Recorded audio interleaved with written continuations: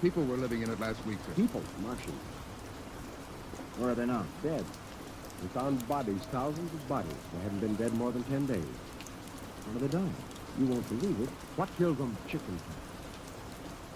Chicken pox? Yes. Where could they get chicken pox? From Earth. Oh, then the weather rockets did get them. Yes. I don't know what the Martians did to them, but I sure know what they did to the Martians. They gave them chicken pox and wiped them out. They just didn't have any resistance to an Earth disease. Think of it. A race builds itself for 1,000,000 years, refines itself, does everything it can to give itself respect and beauty, and then it dies. Of what? It's like saying the Greeks died of mumps or the proud Roman Empire collapsed because of athlete's foot. We didn't even give them a decent excuse for dying. We just gave them chicken pox. Bender, get hold of yourself. You didn't see those bodies, Captain. No, it must have been shot. You need a rest, a little relaxation. The Martians are dead. There's nothing you can do about that now. Hey, you hear that? The Martians are all dead. Come on, let's break out a bottle and hoop it out. Hey, how about a case, eh? Oh, good Lord. They have to do that now? Isn't there time later to throw old beer cans into the canals? Bender, you're an idealist. They're not. All they know now is that they're safe. A little shouting won't hurt. You think too much. I was safe on Mars. The first Earthmen on Mars. We gotta celebrate.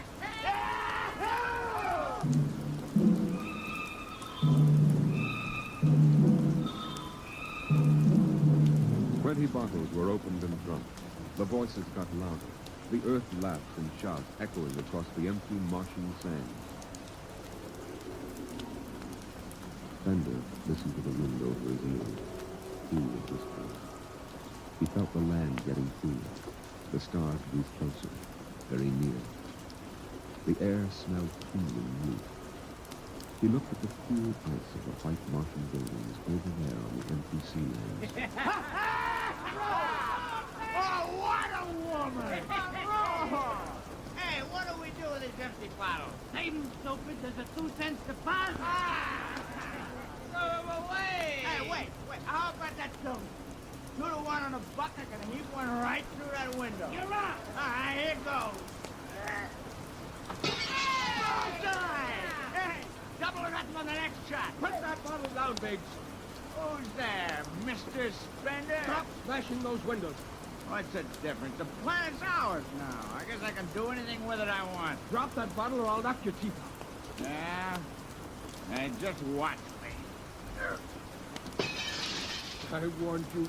Hey, come on. What's going on here? Spender! I hit him. He's crazy, Captain. He just walked up and slugged me. All right. Fender, you come with me.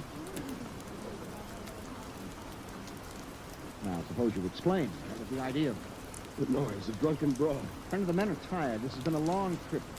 And you have a different way of seeing things. Oh, I'm seeing things, all right. I'm seeing how we'll ruin Mars. We'll rip it up and rip the skin off the way we've already ruined Earth. Is that why you hit Big? Yes. I couldn't stand the idea of them watching us make fools of ourselves. Them? The Martians. They're dead. They're all dead. They know we're here. Doesn't an old thing always know when a new thing comes? We've come a long way to smash their windows and spit in their wine. Well, maybe you're right. But I'm still going to fine you $50 for that fight. Now, come on, Sandy. Suck in your chin. You go back there and play happy.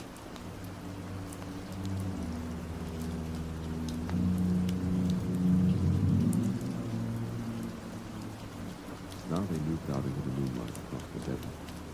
They made their way into the gleaming, dead city. The light of the racing twin moons glinted on the barrel of a pistol, the long blade of a machete, the round, gurgling shape of a rayed bottle. The wind blew in from the dead sea bottom and brushed through the silvery wire filigree of the towers. Strange music drifted down to the double-shadowed streets, a thin, haunted music that played as it had played through the uncounted years of time. Nobody moved. The moon held and frozen. The wind beat slowly around them.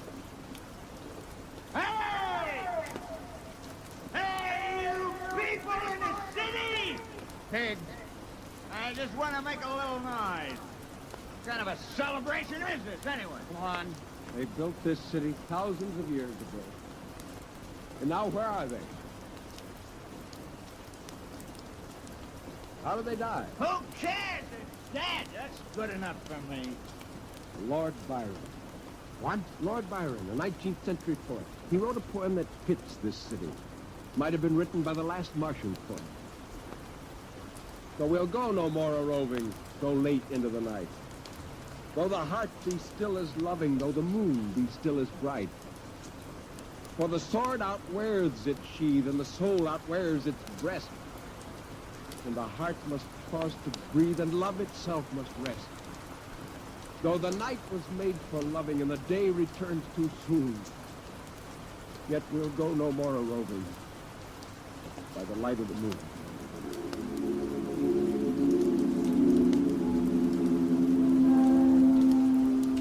Without a word, the Earthmen stood in the center of the city. It was a clear night. There was not a sound except the music of the wind. At their feet lay a piled fort, worked into the shapes of ancient animals and images. They stood there, silvered by the double moon beneath the crystal towers of Mars. And then Biggs was sick, and the sour stench of liquor filled the cool air. The men of Earth had come to Mars. And Spender turned and walked away into the city, alone in the moonlight, never once stopping to look back. It was a morning that might have been a Monday, or a Tuesday, or any day on Mars. Biggs was on the canal rim, his feet hung down in the cool waters, soaking, while he took the sun in his face. Hey, what are you doing back here, Biggs? Didn't you go out with the search party? Yeah. I come back. I got a blister. Oh, yeah. Here. What do you mean? Look. Look, Cherokee, see that? Anyway, I had enough searching. 4 days hunting for that screwball Spender. Didn't find him yet, huh? Oh, good riddance. Oh, my feet. I'm gonna soak them in the canal. If I was Wilder, I wouldn't worry about that nut Spender. Let him go. He's a crackpot anyway. Well, he's a little foggy upstairs, I guess. Hey, why don't you take your feet out of that canal, Biggs? I gotta make coffee out of that water. Coffee? You call that stuff coffee? I had a motorcycle once that dripped grease that tasted better than... Look over there. Where? By that bush, there's someone there. Hey, It's him. Hey, Spender! Spender. He's coming over. Why'd he stay lost, that crazy jerk? Hi, Spender. Long time no see. Well, Cherokee, I've been exploring some ruins. Oh, you and them ruins. You're like a dog in a boneyard. What's the matter? Why don't you just say something? Where you been? Up in the hills. What would you say if I told you I found a Martian? Oh, yeah? Never mind. Let me ask you a question. How would you feel if you were a Martian and people came to your land and started to tear it up? Well, I know how I'd feel. I've got Cherokee blood. And my grandfather told me a lot of things about the way they kicked the Indians around in the Oklahoma territory. If there's any Martian around, I'm all for him. How about you, Big? They're dead. They're all dead. It's a good thing, too. Well, I found a Martian. Up in a dead town in the hills. I've been reading their books, and they're easy to understand. And I've learned their language. And then I found this Martian. And I brought him here, now. I don't see no Martian. I'm the last Martian. What did you say? Biggs, I'm going to kill you. Oh, cut it out. What kind of a lousy joke is this? Now, don't put that gun away. You're kidding, huh? Hey, Spender, you're...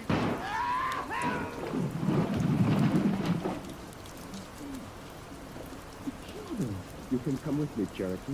You're an Indian. You know how the Martians would feel. You can be with me in this. You killed him. You just killed him. He deserved it. You're crazy. Maybe I am. But you can come with me. Come with you for what? Go on, get out of here, crazy murderer. All of them. I thought you'd understand. I thought you'd remember what happened to your own people. You get out of here, you crazy murdering. Don't reach for the gun.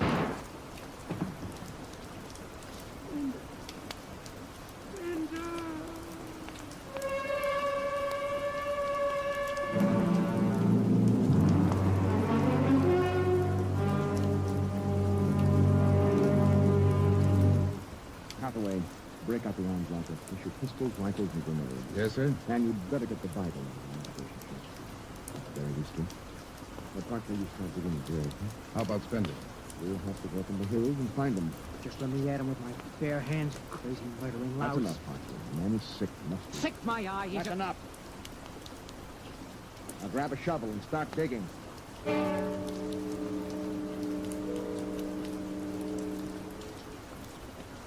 Spender saw the thin dust rising in the valley, and he knew the pursuit was beginning. The sun burned farther up the sky, and the blue sand drifted lazily across the sea bottom below. He sat beside a quiet pool 10,000 years old, and held a silver book.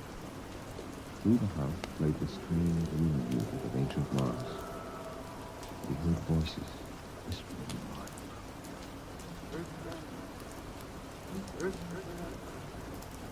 I hear you. I've always heard you. Singing down there on Earth. No, I won't run. What's the use? Live, what for? To even tear down your temples and put up hot dog stands? You see me now. They know I'm up here. There's Wilder now. I've got him right in my sights. Funny, he hasn't ordered them to use grenades. They could lob one right up here and blow me to bits. Maybe the captain thinks I'm too nice to be blown to bits. He wants my death to be clean. Just one bullet hole in me, nothing messy. And why? Because he understands me. The only one in the crew who ever did. Well, at least I can do the same for him. Just one bullet in his head, a nice clean death. All I have to do is pull the trigger and it's no use. I can't do it to him. Thunder! Thunder! Can you hear me, Thunder? I hear you, Captain. What do you want? All right. Come on up. Leave your gun down there. Keep your hands up.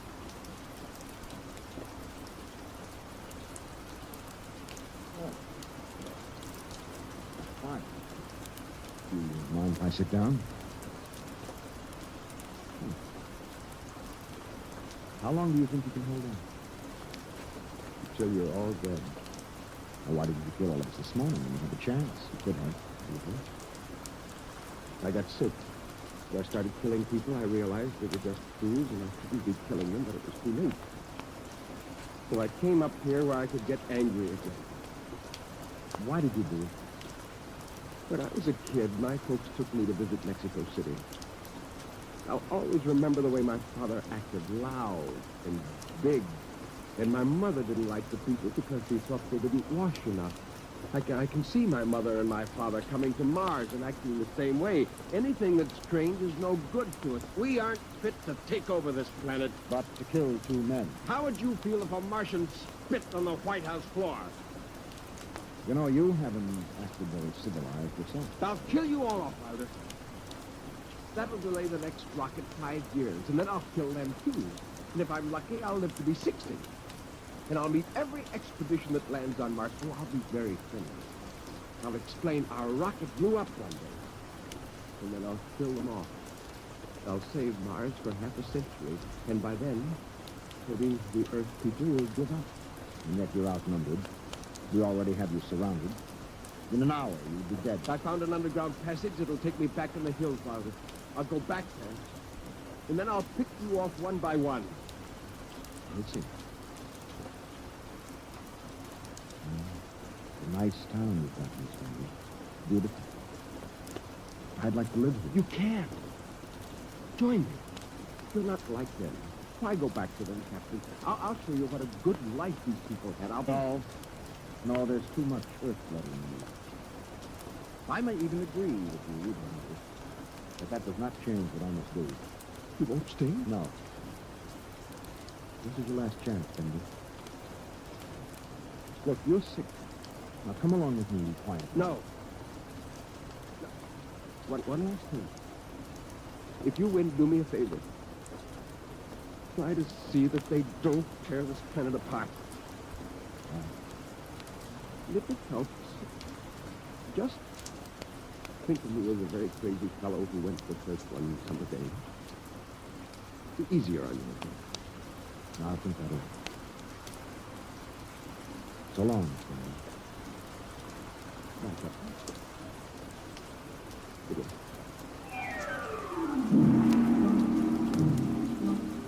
The men spread out again, walking and then running on the hot hillside places where there would be sudden cool grottos that smelled of moss, and sudden open blasting places that smelled of sun or stone.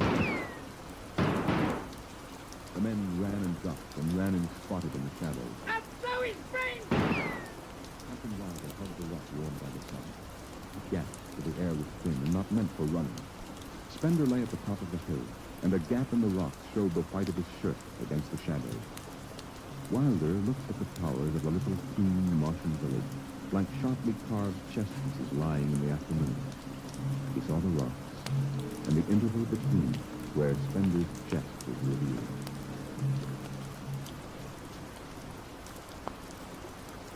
Go on, Spender, get on. You only got a few seconds to escape. Go on, get out of the cave. Go now. I've got to win this. I've got to think that I'm right. Pull the string. Go, get out. I'll get him! A slug in the head, I'll blow his bloody brains! No, fuck you! Put down that gun. I'll do this myself. Spender. Why do you quit it? Why? Why?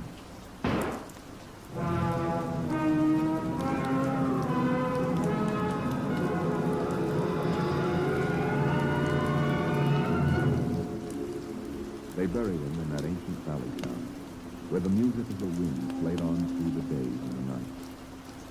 They laid him in an ancient silver sarcophagus, with waxes and wines which were 10,000 years old, his hands folded on his chest. The last they saw of him was his peaceful face in the cold silver light of the racing twin moons. The captain found the poem in Spender's pocket. He read it before he shut the marble door. So we'll go no more a-roving, so late into the night. For the heart, he still is loving, and the moon he still is bright. For the night was made for loving, and the day returns too soon. But we'll go no more a-roving, by the light of the moon.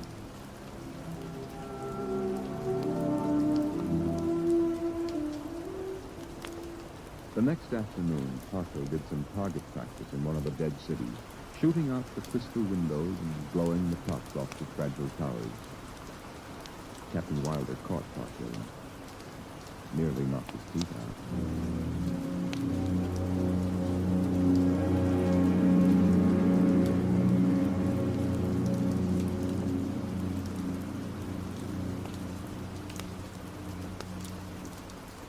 You have just heard X-1, presented by the National Broadcasting Company in cooperation with Street and Smith, publishers of astounding science fiction. Tonight, by transcription, X-1 has brought you the Ray Bradbury story, And the Moon Be Still as Bright, adapted for radio by Ernest Kenoy. Featured in the cast were John Larkin, Clark Gordon, Dick Hamilton, Nelson Olmsted, Lawrence Kerr, and Stan Early. Your narrator was Norman Rose. Your announcer, Fred Collins. X-1 was directed by Daniel Sutter and is an NBC Radio Network production.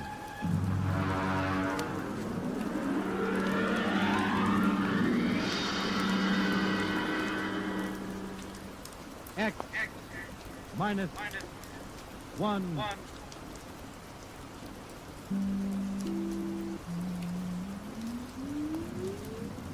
Countdown for blast off. X-5, 4, 3, 2, X-1, fire.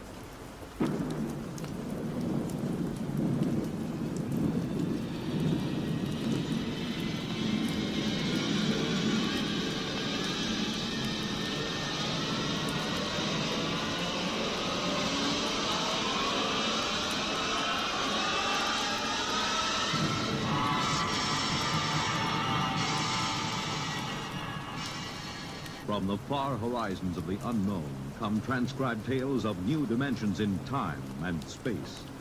These are stories of a future, adventures in which you'll live in a million, could be years on 1,000 maybe worlds. The National Broadcasting Company, in cooperation with Galaxy Science Fiction Magazine, presents X minus 1.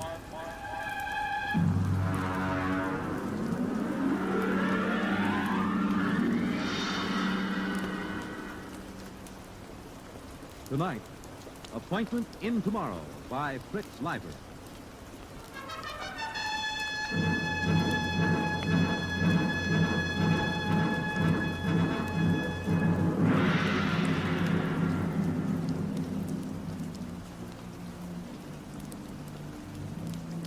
The first angry rays of the sun, which surprisingly enough still rose in the east at 24-hour intervals, pierced the lacy tops of Atlantic combers and touched thousands of sleeping Americans with unconscious fear because of the unpleasant similarity to the ray from World War III's thermonuclear weapons. This was America approaching the end of the 20th century. America of the mask fad for women and the Neo-Cretan dress style. America of your local radiation hospital, of the endless war and the loyalty to that. In his bedroom in the Thinkers Foundation, George Helmut slept.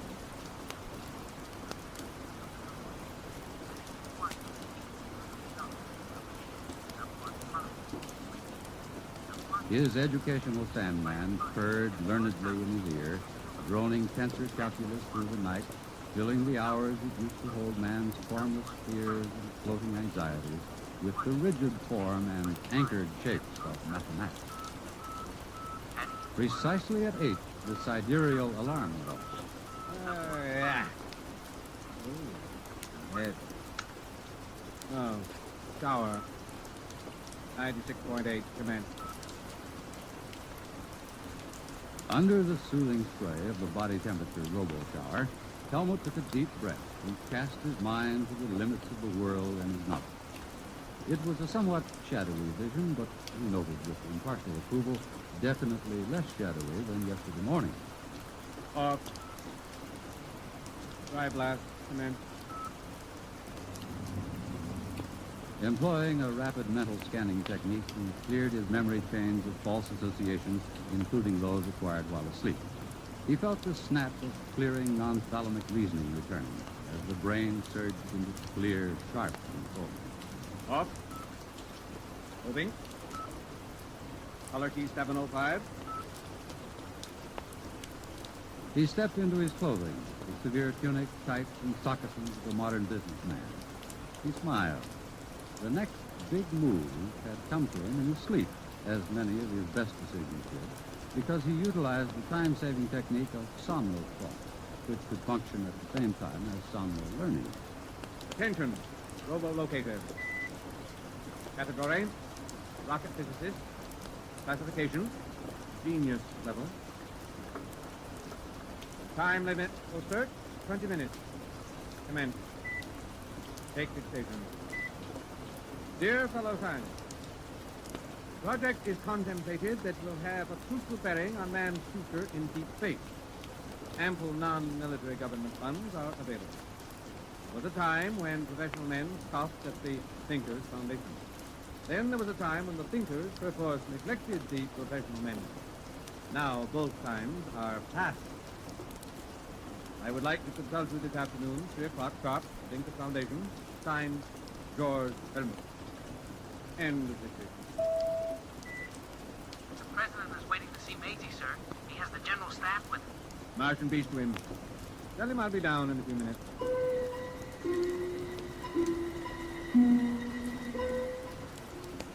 Huge as a primitive nuclear reactor, Maisie, the great electronic brain, loomed over the knot of hushed-voiced men. Its front was an orderly expanse of controls, indicators, telltales, and terminals, the upper ones reached by a chair on a boom. This was the machine with 1,000,000 times as many synapses as the human brain, the machine that remembered by cutting delicate little notches on the rims of molecules.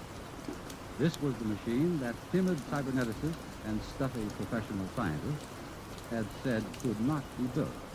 Yet this was the machine that the thinkers, with characteristic yanking push, had built and named, with characteristic irreverence, Maisie. Have you the question for the day, Mr. President? Here, Mr. Helmut. Yes? The question on the Pakistan crisis is a little touchy. I don't know. If there is enough data to answer it, Maisie will. Well, of course, I didn't mean to. If you will excuse me, gentlemen, I will code the question for Maisie. Question 5, question 4. Whom would that come from? Number 4, physics. Operaly in his research team. I see. Thank you, Mr. President. While I'm coding the tape, there will be time to watch the takeoff of the Mars rocket. Beautiful. Often wanted to go to New Mexico. As a matter of fact, I've always wanted to go right through to Mars. Mr. President. My chief of staff thinks the project should be under the arm. Let's think about it. Mr. President, this is the way Maisie designed the project.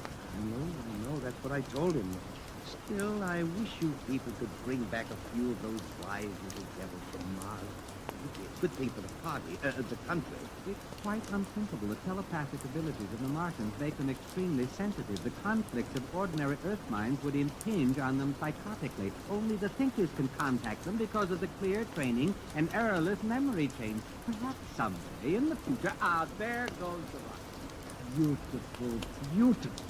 I am ready to submit the question tapes to Maisie. Stand back, gentlemen. Well, sorry. And now... All right, gentlemen.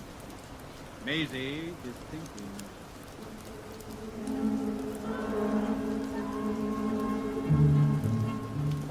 The question tape, like a New Year's streamer tossed out of a high window into the night, sped on its dark way along spinning rollers. Curling with an intricate aimlessness, it tantalized the silver fingers of 1,000 relays, docilely evaded the glances of 10,000 electric eyes, impishly darted down a narrow black alleyway of memory banks, and, reaching the center of the cube, suddenly emerged into a small room where a sweating fat man in shorts sat drinking a beer. Here it comes. Get off my lap, honey. I've got work to do. Can it wait? I said get. Oh, you didn't have to do that. When Maisie thinks, she thinks. Open up another beer. Look, I'm not a robo-barmaid. Honey, do what you're told, or I'll ship you out where they'll work some of the upholstery off that frame, slopping radioactive mud. You don't have to get nasty, John. Here's your beer. That's better. It makes you fat. I like to be fat. It makes our relationship more poignant. Pass me the questions and get over to your keyboard. You're a greasy pig. But such an attraction, Dick. Start taping. Or is that your deep? What's the matter? One of the questions. Does Maisie stand for male Zell? For what? Male Zell. Does it? Look, you just keep sitting on your brains and let me do the thinking. Tape. Maisie does not stand for male Zell. Maisie stands for amazing, humorously given the form of a girl's name. Who is Maelzel? Edgar Allan Poe. Huh? It's a story. Maelzel's chess player. About an automaton that was supposed to play chess. Poe proved it had a man inside. Oh, and they want to know if Maisie... They're wrong. Maisie doesn't have a man inside it. Just a lump of conceited lard.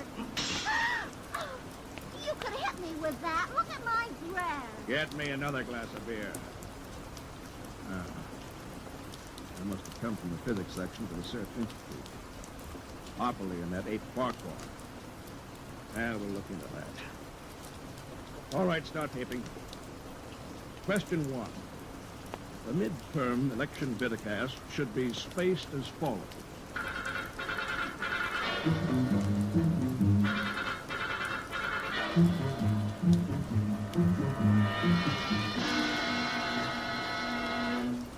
Morton Opperly's living room was quite behind the counter.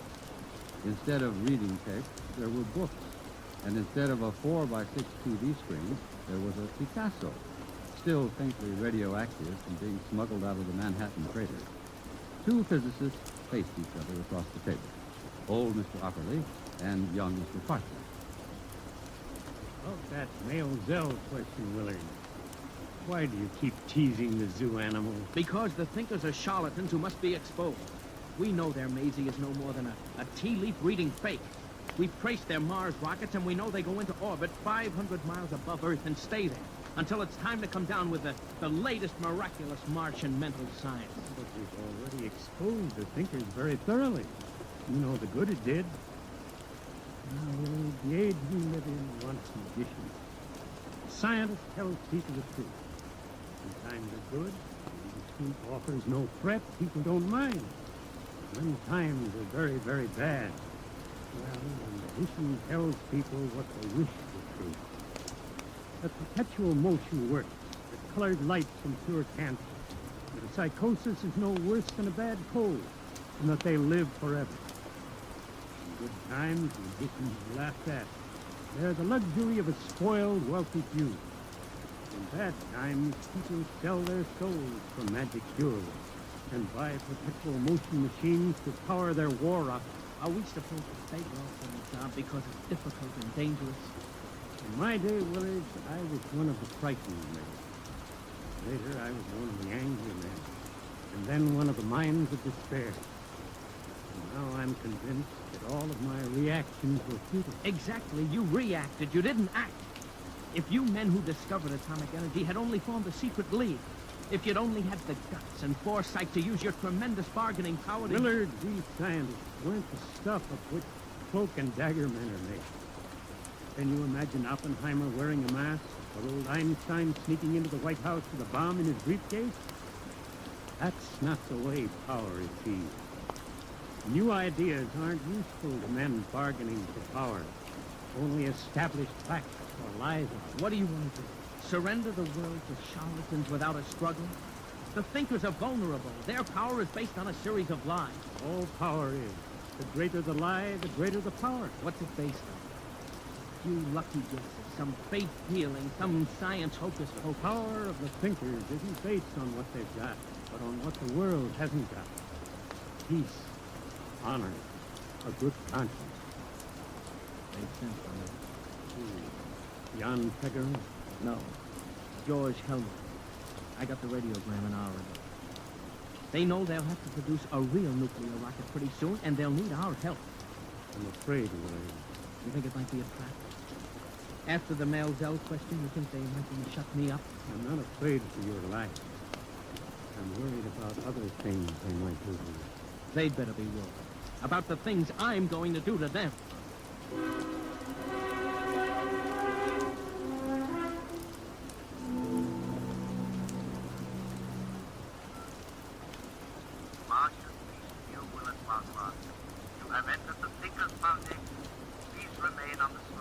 I want to see George Helmut. May we take your hats and coats?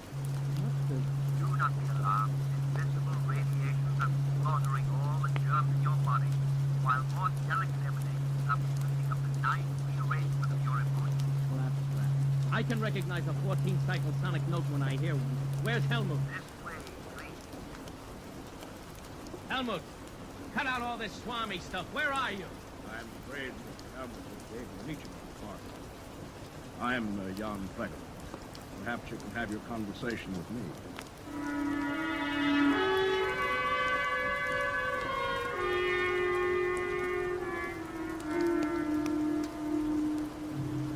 George Helmut waited in the conference room with 24 empty chairs.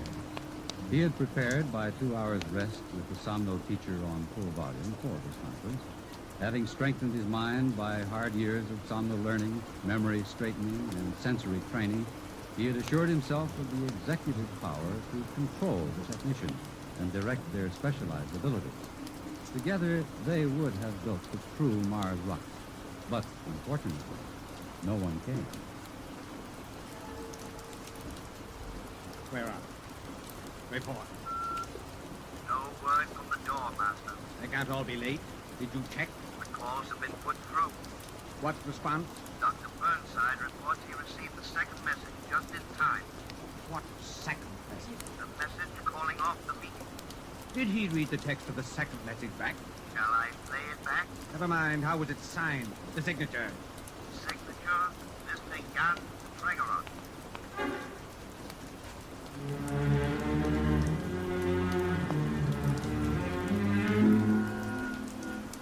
George Helmut dejectedly examined his organizational charts, and then tapping his stylo on the pad, he extended his mental aura, cleared his memory chains of error, accelerated his cerebral processes by the Haber-Gerson process he'd practiced for so many years.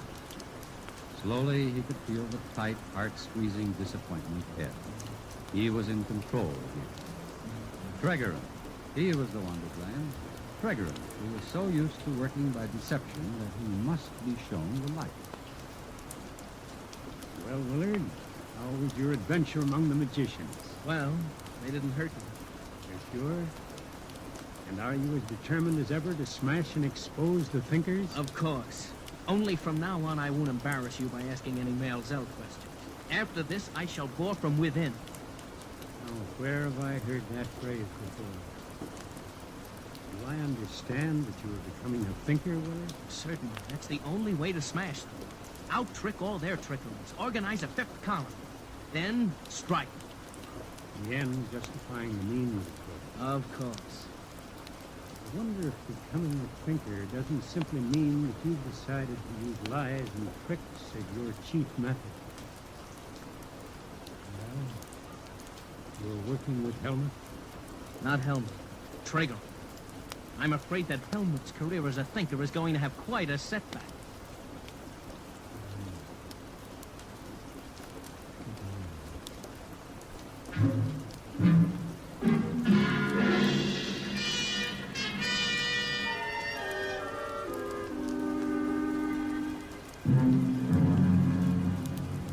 Tregerin, I want to talk to you. Shall I leave? No, please stay. Jan? Stay. You ought to enjoy this. George has that errorless memory chain. Tregerin, you know why I'm here. I don't know. I've been sadly remiss in my precognition and clairvoyance exercise. I've been too busy with other people, other exercise. But I don't need Maisie again. You just went ahead and canceled the conference without consulting me. You called it without consulting me. You don't do that sort of a thing, George. I was absolutely sure of my ground, perfectly prepared. I visualized it. The rocket boosting up on chemical power, then setting sail. Sail? A nuclear reactor rocket? Oh, George, you're fabulous. Yes, sail. Thin streams of nuclear reflecting material and the rocket speeding Mason streams behind it. I can see it all, complete, except for technical detail. George, you are a real thinker. I know. Now look, every man should stick to his trade. Technology is down. You know as well as I do that we're going to have a nuclear spaceship and actually go to Mars someday. Are we? Yes. Just as we're going to have to build an actual Maisie. I helped you organize the thinkers. At least I was your first partner. Our basic idea was that the time had come to apply science to the life of man on a large scale. The only thing holding the world back from this was the ignorance and superstition of the average man and the stuffiness and lack of enterprise of the academic scientists. Their worship of facts, even when the facts were clearly dangerous. Splendid. Splendid. Caddy, get me another beer. I'm filing my nails. All right. Everybody wanted the new world. The trips to Mars, the knowledge of the human brain. All they lacked was the nerve to take the first big step. That was what we said. Here's your beer. No time for slow and careful projects. We couldn't afford to check the double check. We couldn't wait for the grudging approval of the professionals. We had to use fake stunts, tricks, anything to get over the big point. Once that was done, mankind was headed down the new road. It was easy to just heal the breach with the professionals, to make good in actuality what has been made good in pretense. Very good. The beer. We built Maisie. We built the Mars rocket.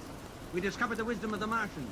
We sold the people and the science the professionals had been too high-toned to advertise or bring into the marketplace. But now that we've succeeded, it's time to let accomplishment catch up with imagination, to implement fantasy with fact.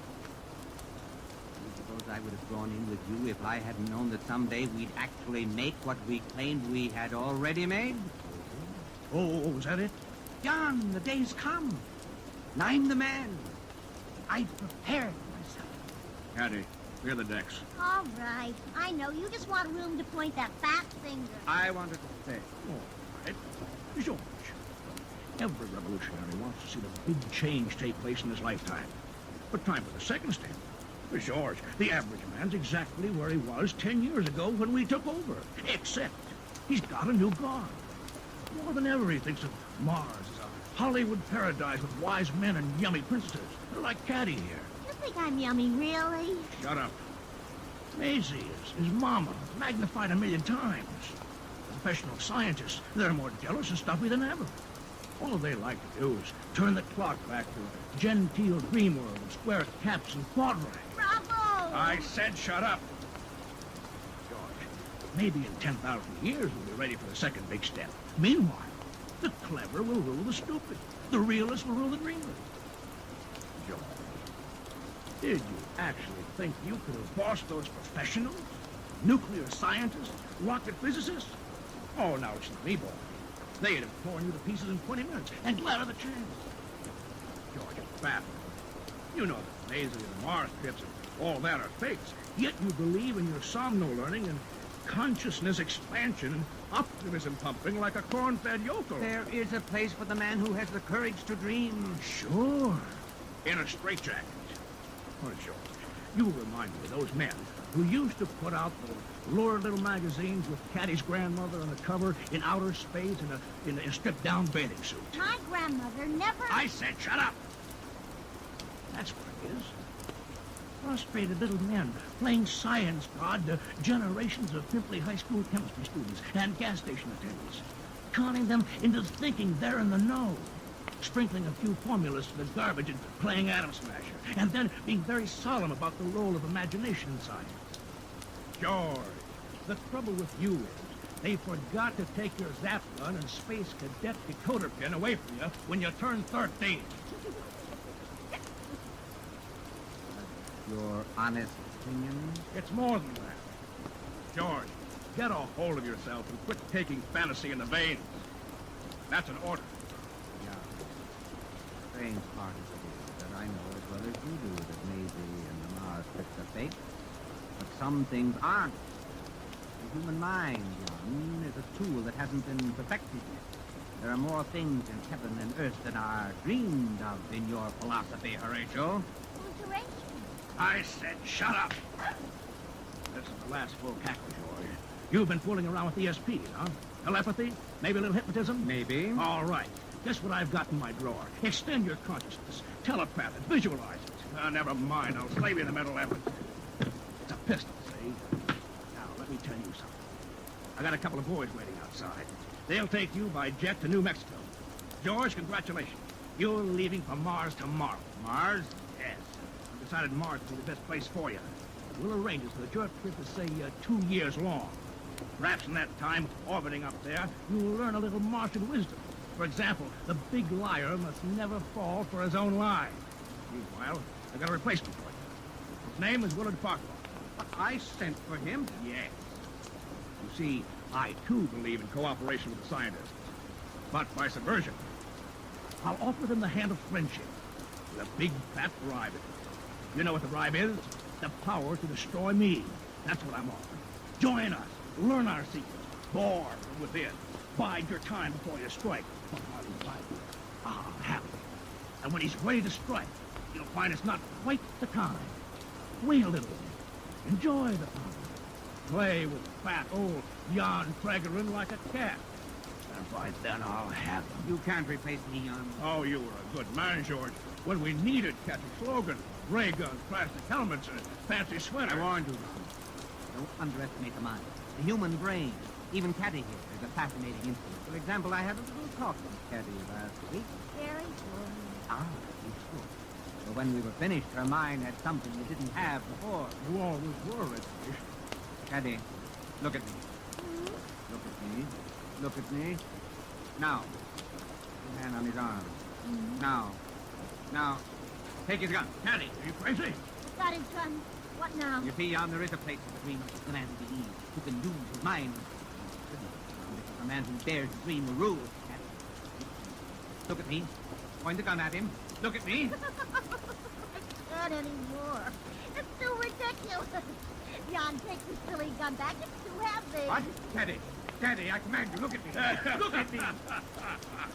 The power of the mind. Hey, boy, come in and get him. I don't understand. Teddy. Teddy, look at me. Oh, all right, I'll look at you. Poor Superman.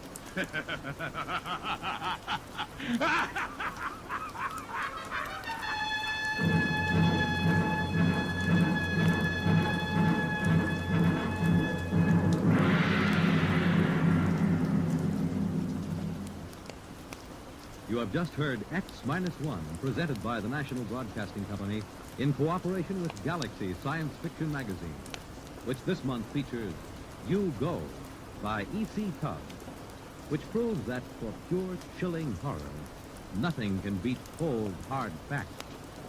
Galaxy Magazine, on your newsstand today. Tonight, by transcription, X-1 has brought you Appointment in Tomorrow, a story from the pages of Galaxy written by Fritz Leiber and adapted for radio by Ernest Kenoy. Featured in the cast were Ted Osborne, Dean Almquist, Pat Hosley, Bob Hastings, Arthur Hughes, and Charles Penn. Your narrator was Floyd Mack. This is Fred Cowell. X-1 was directed by Daniel Sutter and is an NBC Radio Network production.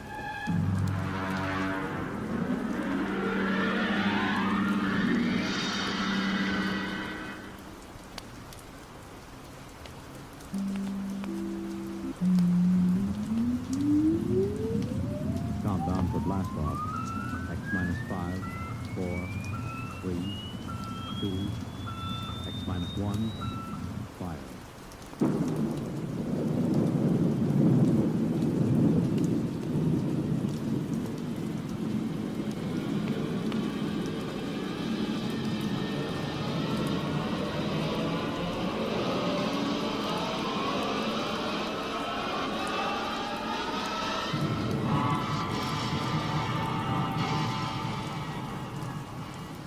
From the far horizons of the unknown come tales of new dimensions in time and space. These are stories of a people, adventures in which you'll live in a million, could be years on 1,000, maybe worlds. The National Broadcasting Company, in cooperation with Galaxy Science Fiction Magazine, presents X-1.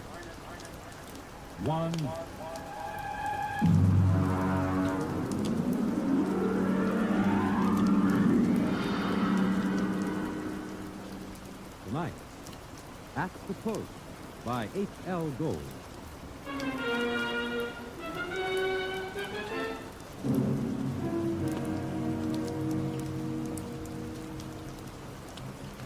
When I come into the Blue Ribbon on 49th Street west of Broadway, I could tell right away nobody told Doc Hawkins about my misfortune.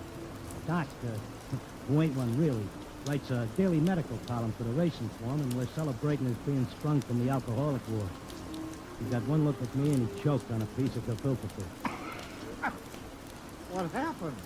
What happened? Look at that. Walker's become a character. Now lay off, Doc. Look at that, a gray flannel suit, a black tie. Walker, where is your purple and green check sports jacket? Where are your two-tone suede shoes? Well, you've become a character. That was Zelda's idea.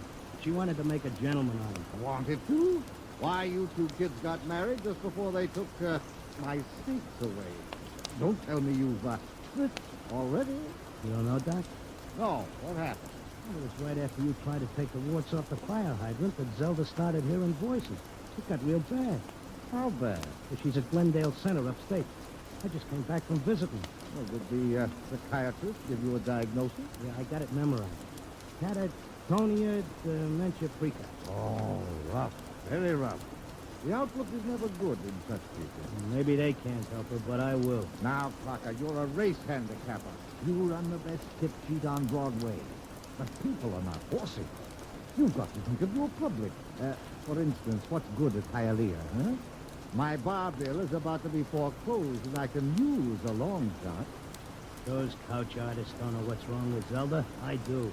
You do? Well, almost. I'm so close I can hear the finish line camera click. Now, that's very interesting. Perhaps we can collaborate on an article for the psychiatric journal. All right, look. Look at these shots. Look, here. Huh? I use the same system I used to dope the race. Look, Zelda's got catatonia. She used to be a hoofer before we got married, and now she does time steps all day.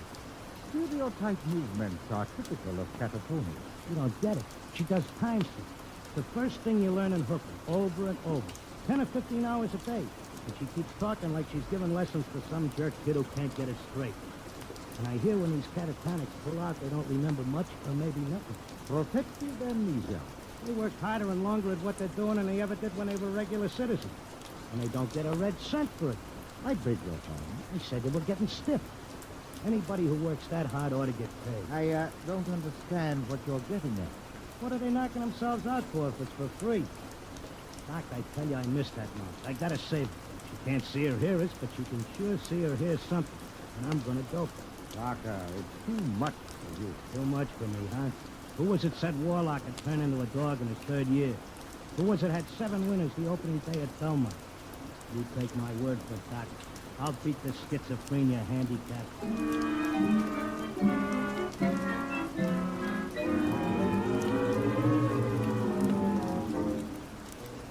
I haven't been paying much attention to my tip sheet while I was doping the catatonia thing.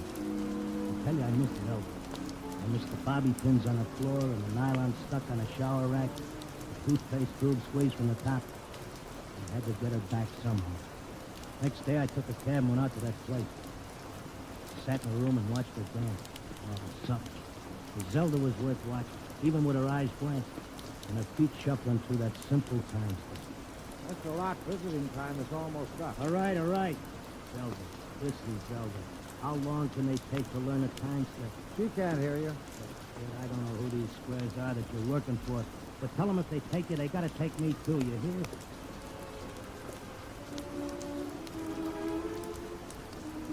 I had an idea now. I had it doped that Zelda was showing them how to dance, whoever they are. And the only way I could spring her was to find out who was controlling her and what they were after. The first step was to get them interested in me and what I know about racing, doping horses. So I stood there next to Zelda and I started to talk.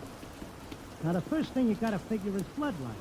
You take a horse, you gotta know back maybe 4 or 5 generations on both sides. And you gotta know where the coat was pulled, what time of year, because all horses are 1 year old on the 1st of January. And there's confirmation, training. You take a horse with good bloodlines, break him in the spring on a hard train and surface track, and the first thing you know, you got a horse with a shin splint. Or they may cover it up, but if you know it's there. I once knew a horse ran in Hialeah who was scared of flamingos. Had a fine record at Gulfstream and booze. But when he got down to Hialeah and got one look at the flamingos, he wouldn't run for beans. Mr. Locke, are you all right? Shut up, I'm Mr. busy. Locke. You bet on a horse that's scared of flamingos at Hialeah, and you're going to come in with your tail between your legs. I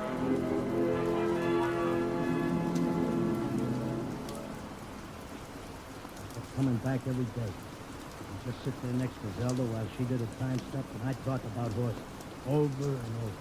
And then finally, I started to hear voices. Locker! Locker! This way, Plucker, come this way. This way, Plucker. Come on now. Come. Like it was a fog, I could see the attendant in his white coat, asking me questions. I couldn't hear him. I knew I just kept on talking about the horse. And then suddenly I wasn't there. I was somewhere else. I was in a big square, and the buildings looked like the new Roosevelt Raceway, all modern. Or maybe like the World's Fair. There were trees and statues, and there were hundreds of people standing around, and they all looked scared. There was a little man with bifocals and a vest with pins and needles in it standing next to me. He looked scared. But I knew it had worked. I was on my way to Zelda. How did I get here? Excuse me, mister. How did I get here? I don't know. I can't take time for pleasure trips. I've got a customer coming in tomorrow for a fitting. She'll positively murder me if her dress isn't ready. She can't murder you. Not anymore. You mean we're dead? Don't ask me, but I don't think you're dead. That much I can say. Some of the people in the crowd were complaining they had families to take care of, while others were worried about leaving their businesses. And they all grew quiet when a man climbed up on a big platform in front. He was a very tall and dignified guy, and he had formal clothes and a white beard like the chief mourner at a politician's funeral. Ladies and gentlemen, please feel at ease. You are not in any danger. No harm will come to you. If you will listen carefully to this orientation lecture, you will know where you are and why. What is it? I don't understand. It's a picture. Friends, I know you are puzzled with all this. Now let me explain. You've been chosen, yes, carefully screened and selected, to help us in what is undoubtedly the greatest cause of all history. You will learn more about it as we work together in this vast and noble experiment. What experiment? What is it? I got it quick. This is a picture. These guys are out for something. It smells like a con. Let me state this in its simplest terms. Now, you know that there are billions of stars in the universe, and that the stars have planets. A good many of these planets are inhabited. In almost all instances, the dominant form of life is quite different from yours. I am not of your planet or solar system. I am not formed as you see me. My true appearance would seem to be rather confusing to human eyes. Nuts. Get to the point. Truth is, we are not here, and neither are you. Here is a projection of force, a hypothetical point in space, a place that exists only by mental force. Actually, our bodies are on our own respective planets. What's he saying? What does he mean? Wait, he'll give us the convincer after the build-up. Our civilization is considerably older than yours. For many of your centuries, we have explored the universe both physically and telepathically, and during this exploration, we discovered your planet. We tried to establish communication, but there were grave difficulties, and it was the time of your dark ages. I'm sorry to report that those people we did make contact with were generally burned at the stake. Here it comes. He's getting ready to slip us the sting. I don't think you ought to say a thing like that about a fine, decent gentleman. He's obviously very sincere. The problem we face is that the human race is doomed. The history of your race is a record of incessant wars, each more devastating than the last. And now finally, man has chained the power of worldwide destruction. The next war, or the one after that, will unquestionably be the end not only of civilization, but of humanity, perhaps even of your entire planet. Then, why have we brought you here? Because man, in spite of his suicidal blunders, is a magnificent race. He must not vanish without leaving a complete record of his achievements. This is the task we must work together on. Each of you has a skill, a talent, a special knowledge we need for the immense record we're compiling. Every area of human society must be covered. And so we need you urgently. Your data will become part of an imperishable social document that shall exist untold eons after mankind has vanished.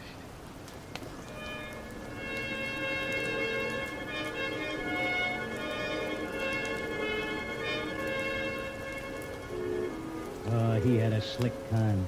He had that crowd in the palm of his hand like a small-time grifter selling pearl necklaces on 6th Avenue.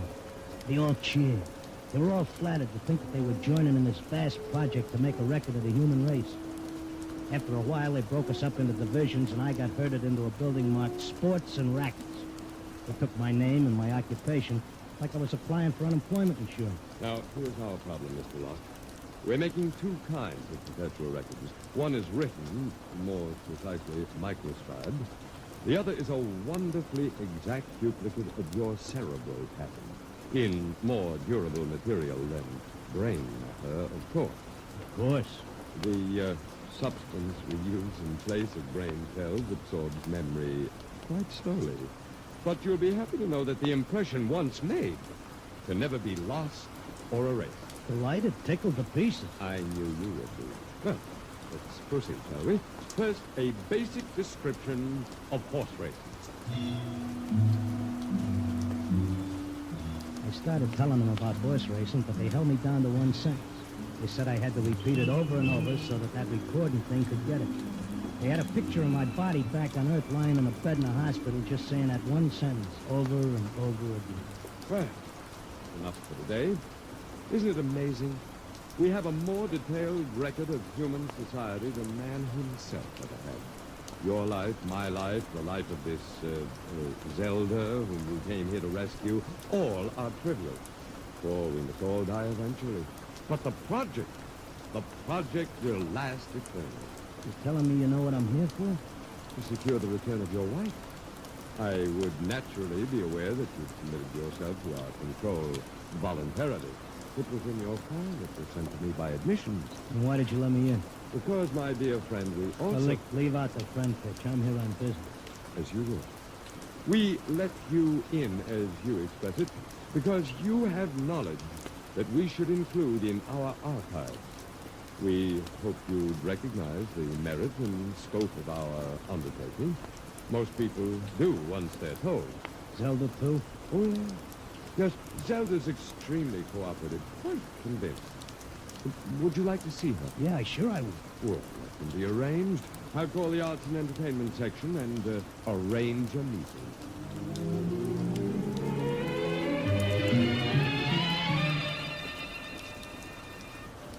Zelda, baby. I'm Clocker. Let's get out of here.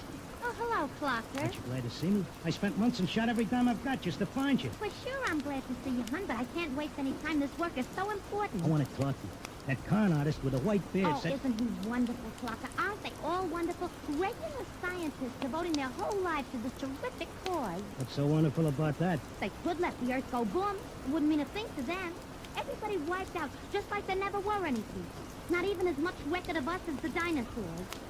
Gee, wouldn't that make you feel simply awful? I wouldn't feel a thing. All I'm worried about is us, baby. Who cares about the rest of the world doing a disappearing act? I do, and so do they. They aren't selfish like some people I could mention. Selfish?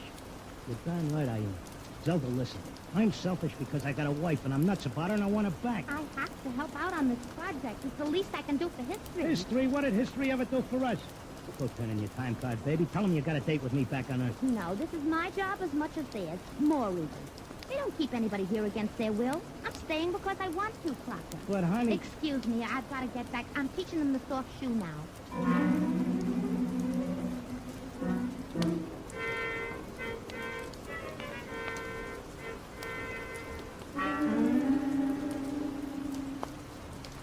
Are you satisfied now, Mr. Locke? Listen, take away the doom push and this racket falls. Listen, suppose you're all split. Suppose you're level. You're knocking yourself out because your guess is we're going to commit suicide. Is there any doubt of it? Do you honestly believe the Holocaust can be averted? I think it can be stopped, yeah. Listen, between these catatonics and me, we could tell them what it's all about. I notice you got people from all over the world here. They get along fine because they have a job to do and don't have time to hate each other. Well, it could be like that back on Earth. Mr. Locke, we have experimented in the manner you suggest, but a human psychological mechanism defeated us. Yeah? What was that? Protective amnesia. They completely and absolutely forgot everything they'd learned. Well, what are the odds on me remembering? Well, you are our first volunteer. Look, I'll give you a clue. You let me out, and maybe I'll be the first case that didn't get amnesia. And I can tell the world all about it. Well, I'll come back if I lame up. You can pick me up any time you want. Look, if I make headway, you better let Zelda go through. That's a very reasonable proposition. We'll lift our control, Mr. Locke, to a suitable time.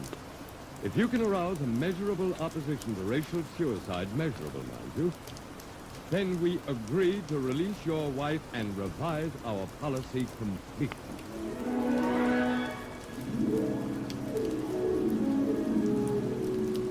I came to at Glendale. It took me about 2 weeks to convince them that I was all right again. But I had to convince the world that they were throwing a race and that they needed a saliva test. So I started to write it all out in my tip sheet, in and around the horses. Around that time, I ran into Doc. Clocker, my boy, you've no idea how anxious we were about you. But you're looking fit, I'm glad to say. Thanks. Wish I could say the same about you and the rest of the world. No need to worry about us. We'll muddle along somehow. You think so, huh? I'm glad to see you've got your tip sheet going again. As long as the bobtails run, who cares what happens to anything else?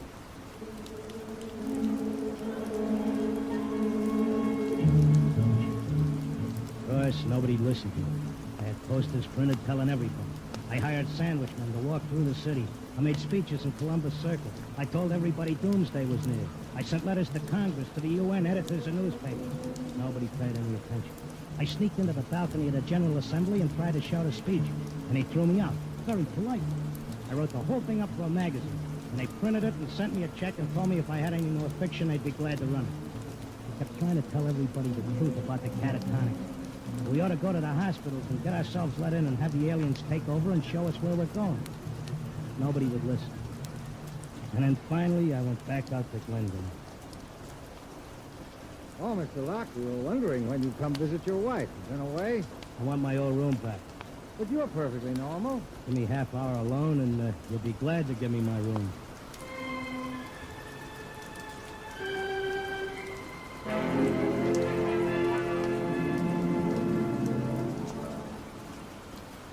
Well, here I am back again. Oh, Mr. Locke. Okay, I'll give you all the rest of the dope on racing. You won't have any trouble with me. Then you're convinced you failed. I'm no dummy. I know what I'm looking. So do we, Mr. Locke. Naturally, you have no way of detecting the effect you've had. And we do. The result is that because of your experiment, we're gladly revising our policy. Huh? Is this a rib? Nobody listened to me. Oh, but they did. Visits to catatonics have increased considerably. When the visitors are alone with our human associates, they tentatively follow the directions you gave them in your article. Not all do, to be sure. Only those who feel as strongly about being with their loved ones as you do about your wife. We've accepted 4 voluntary applicants. You mean I made it? Right. Before long, we shall have to increase our staff as the numbers of voluntary applicants increases geometrically. And then we'll be able to release the first group to go back and carry the message. Whenever you care to, Mr. Locke, you and your wife are free to leave. Okay, but I'll tell you what. I owe you plenty. I'll help make that record before I go. I'll teach you how to dope the horses. Is that what you want? Yes. All right, then let's go. The quicker we get started, the quicker we can get back.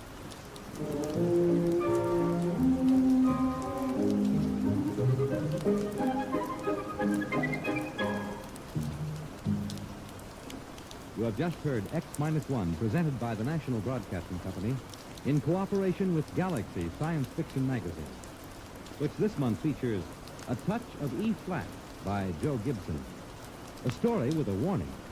Never let anyone point any weapon at you, even something as harmless looking as a water pistol. It may be a cooling gun. Galaxy Magazine on your newsstand today. Tonight, X-1 has brought you At the Post, a story from the pages of Galaxy written by H.L. Gold and adapted for radio by Ernest Chenor. Featured in our cast were Frank Maxwell as the clocker, and Thomas as his time-stepping wife, Zelda, Arnold Moss as the otherworldly one, John Griggs as the doc who wasn't one, really, and Sam Raskin as the confused little tailor with his mouth full of pins. Your announcer, Fred Collins.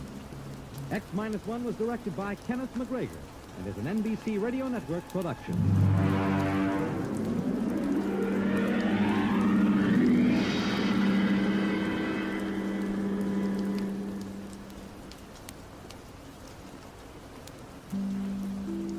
In just a moment, X-1. But first, no one can deny that spring is in the air. To prepare for the new season, NBC's Weekday brings you some timely and useful features.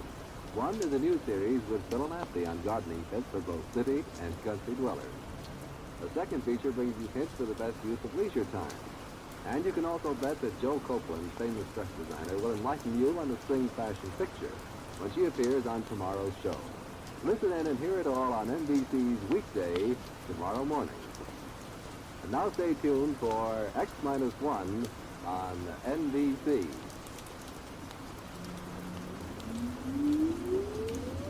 Countdown for blast off. X-5, 4, 3, 2, X-1, fire.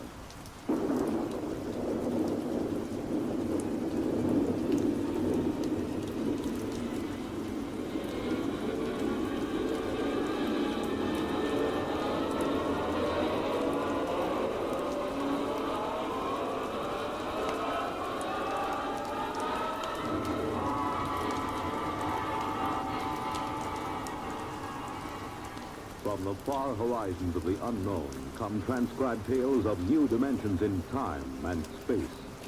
These are stories of the future, adventures in which you'll live in a million, could be years on 1,000, maybe worlds.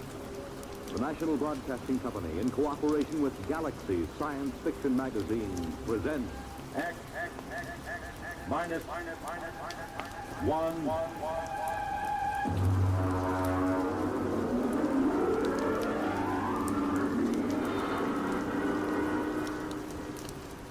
Tonight's story, A Gun for Dinosaurs, by L. Sprague de Camp.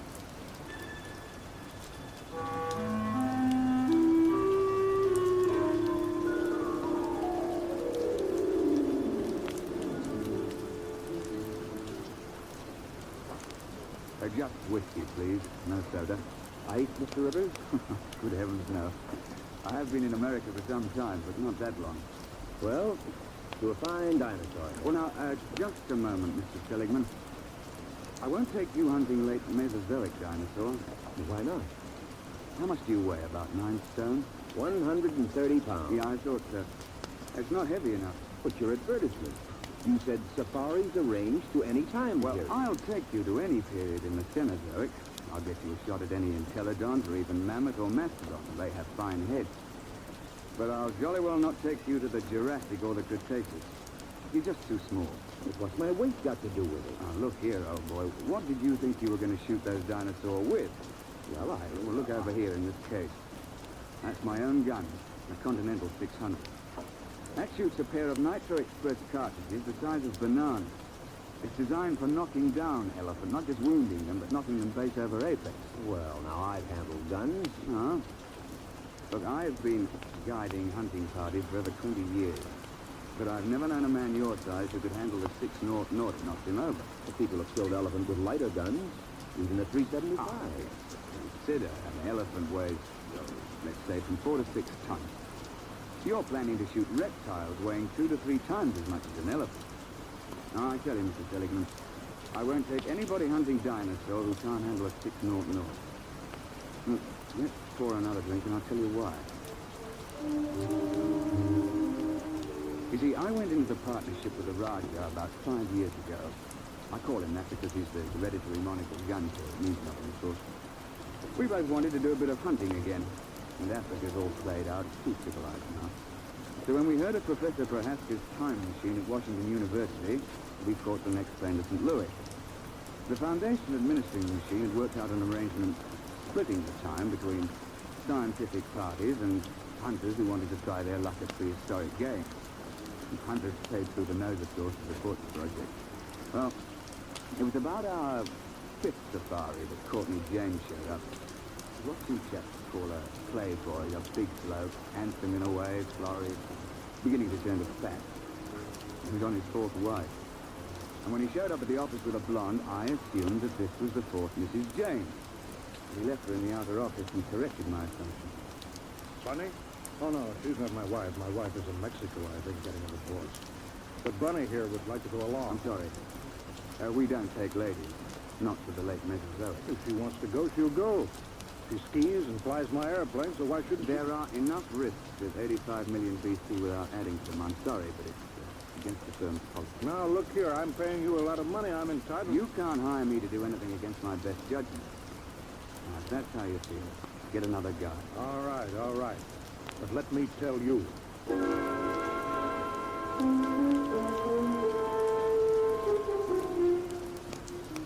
Oh, it ended with my telling him to get out of the office or I'd throw him out. I was thinking sadly of all that lovely money that James would have paid me. When in came another side. An August Holsinger, slim bald chap with glasses. Mr. Rivers, I don't want you to think I'm here under false pretenses. I'm really not much of an outdoorsman, and I'll probably be scared to death when I see a real dinosaur. Well, most of us are frightened at first, but I don't do to speak of it. Well, you see, I've always run a grocery store till my uncle died, and got a great deal of money now. And building a new house. I'm engaged, you know, getting married, and, well, I'm determined to hang a dinosaur head over my fireplace or die in the attempt. A ceratopsian, I think. That's the one with the big horned head and the frill over the neck, isn't it? Well, you want to think twice about that, you know. If you put a 7-foot Triceratops head into a small living room, there's apt to be no room left for anything else. I know it's ridiculous, but I'm determined to do something big for once. Since there's no more real big game hunting, I'm going to shoot a dinosaur and hang his head over my mantel. I'll never be happy otherwise.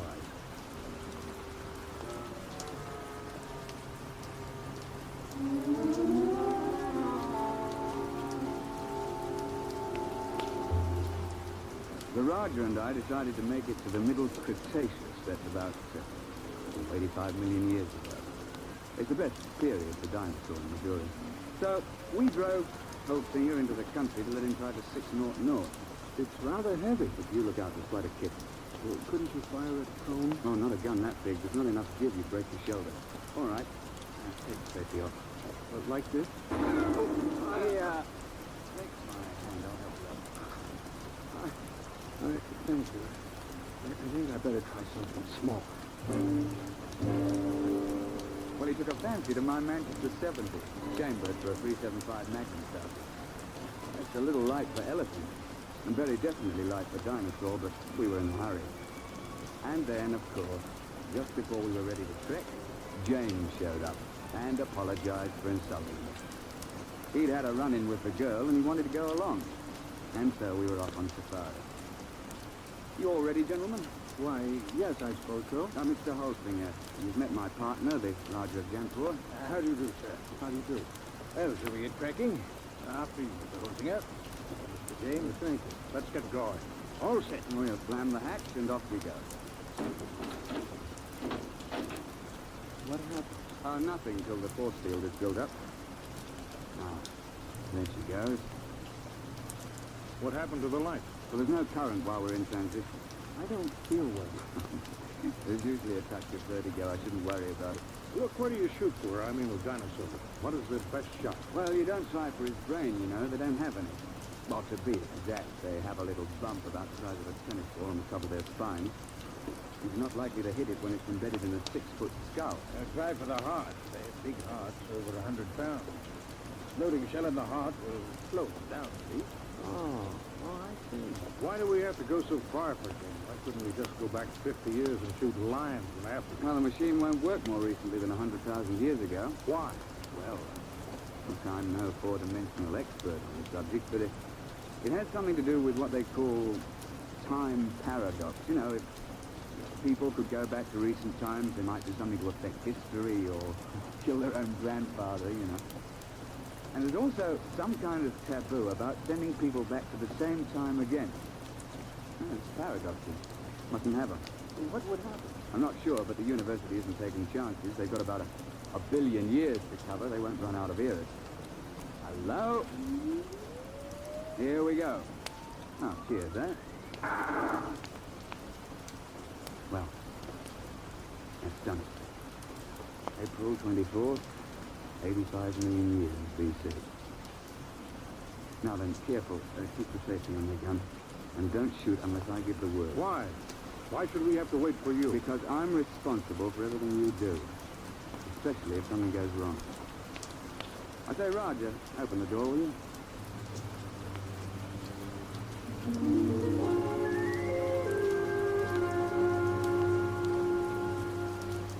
In this period, the time chamber materializes on top of a rocky rise. At the west, you see the arm of the Kansas Sea that reaches across Missouri, and the big swamp where the sauropods live. To the east, the land slopes up to a plateau. Good for ceratopsians. The finest thing about the Cretaceous is the climate. It's balmy like the South Sea Islands, and not so muggy as the Jurassic. Oh, we sent the time chamber back off and looked about. It was spring, with the dwarf magnolias in bloom all over. Down towards the Kansas Sea, cycads and willows grew, while the uplands were covered with screwpins and ginkgo. Yeah, well, I'm no ruddy poet, but I can appreciate a beautiful scene. Well, I was looking through the haze and sniffing the air. I got it! I got it! What the devil? You see it there, Jones? Confound it, you idiot! I told you not to shoot without word from me. And what happened? I don't listen, mine. Wandered out of the cops. Sir James gave him both barrels. Missed. Now look here, James. One of the biggest dangers on a safari is trigger-happy sides who get panicky. You're not to shoot unless you're told. You understand? Who do you think you are to tell me when to shoot my own game? Now look here. Firstly, if you shoot off all your ammunition before the trip is over, your gun won't be available in case of a pinch.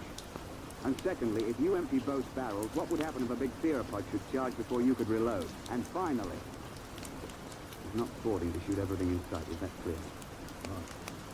All right. Well, now then. First task is fresh meat.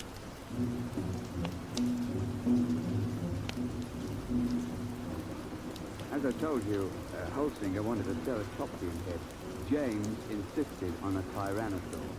Then everybody would think he shot the most dangerous game.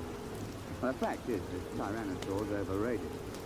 But everybody's read about the tyrant lizard, and, well, he does have the biggest head of the theropods. Oh, and he'll snap you up if he gets the chance, no fear. Oh, we started off searching for meat. The Raja and I put the sides in front. Yet we tell them it's so that they'll get the first shot, which is true, but another reason is that they're always tripping and falling with their guns cocked, and if the guy were in front, he'd get shot.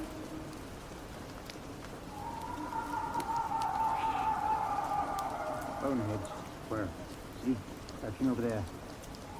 Feeding on those cyclids. About the size of a man.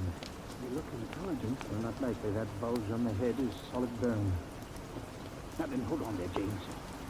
I had your shot for the day. Hold your fire until Holsinger shoots. Right, go ahead and Holsinger. Doesn't matter which one? No, here. Try that one by the rock. There's a good clear shot. Well, take the safety off. Oh. Go ahead now. Well. Nuts, I got enough of this. James, don't! I got him clean right through the heart. First shot, how's that? I thought you were going to give Holsinger the first crack. It's his turn. Well, I waited. Took so long I thought he'd gotten buck fever. Very well. But if this sort of thing happens once more, we leave you at camp the next time we go. The next couple of days, we trekked around the neighborhood, and then headed over to the sauropod swamp, over to the west. We were staked out along the edge of the lake, watching a big beggar out in the swamp waving his head about, and they're the big ones. It was something like the brontosaurs. Can't we shoot him? I wouldn't. Why not? Well, there's no point to it. It's not sporting. Like if you kill one in the water, he sinks and can't be recovered. And if you kill one on land, well, the only trophy is that little head on the top of that long neck. You can't bring that whole beast back because he weighs 30 tons or more. That museum in New York got that. Oh, yeah. Well, they sent a party of 48 to the early Cretaceous with a 50 caliber machine gun. They spent 2 solid months hacking and sawing the carcass apart and hauling it to the time machine. I know the chap on the project, and he still has nightmares in which he smells decomposed dinosaur. And they also had to kill a dozen big sauropods who came in for the party. And they had them lying around, too. They lost 3 men. Itchy. Duck James, where are they? Up there at the shoreline. Now, keep your voices down. You see? With it pressed on the back of their heads? Mr. Rivers, I've been thinking over what you said about those heads. If I could get one of those duck-bills, I'd be satisfied.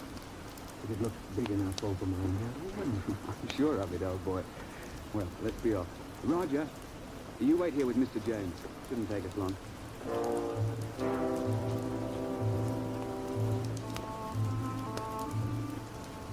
Holt and I crept along the shoreline, narrowing the range to the duckbills. I think I can make the shot from here. I'll be ready in a minute. My shoe is loose. He's getting away. I won't get a shot. I'm afraid Mr. James has fired both barrels again.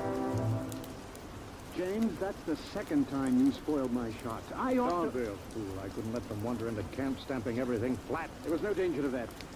You can see that the water is deep offshore. It's just that our trigger-happy Mr. James can't see any animal without shooting. And if it did get close, all you have to do is to throw a stick of firewood at it. They're perfectly harmless. And how was that of him? I believe I mentioned it. Well, what are we on this miserable trip for, except to shoot things? There are certain rules, you know. You call yourselves hunters. I'm the only one who is hitting anything. Now, just a moment, old man. You're behaving like a confounded skite with more money than brains. I should never have brought you along.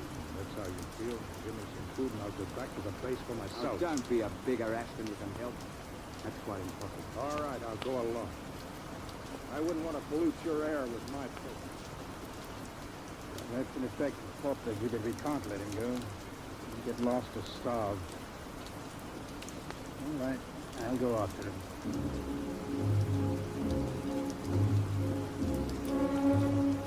So we stumbled along for several more days, with James on his good behavior for a change. And on the 1st of May, we broke camp and headed north to the hills. Oh, it was hot and sticky. We were soon panting and sweating like horses when I picked up the smell of carrion and heard the thrumming of the flies. We found a huge ceratopsian lying dead in a little hollow on the edge of the copse. He must have weighed 6 or 8 tons alive. Why couldn't I have gotten him before he died? That would have made a darn fine head. On your toes, chaps. The sauropod that's been at this carcass is probably nearby. How do you know? You see how the hide's been ripped off and the bones are scattered? Sauropods will hang around a carcass like this for weeks, gorging and then sleeping their meals off for days at a time. What do we do? Well, that's what we came after.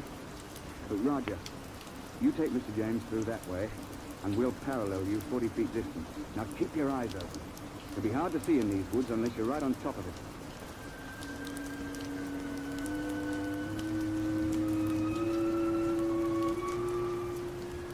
We pushed through the edge of the top, looking for the huge flesh eater who'd been at the carcass. I could hear James and the Rajah pushing ahead on my right. We were separated by a gully when I heard a noise ahead on our left. I don't know. Take the safety off your gun. Oh, there it is. One of those boneheads. Oh, well, they're not dangerous at any rate. But be careful. That sauropod might still be around here. I've got him! Got him clear! Well, he's done it again. He shot the bonehead. I've got him! Look out! Look out! Tyrannosaur!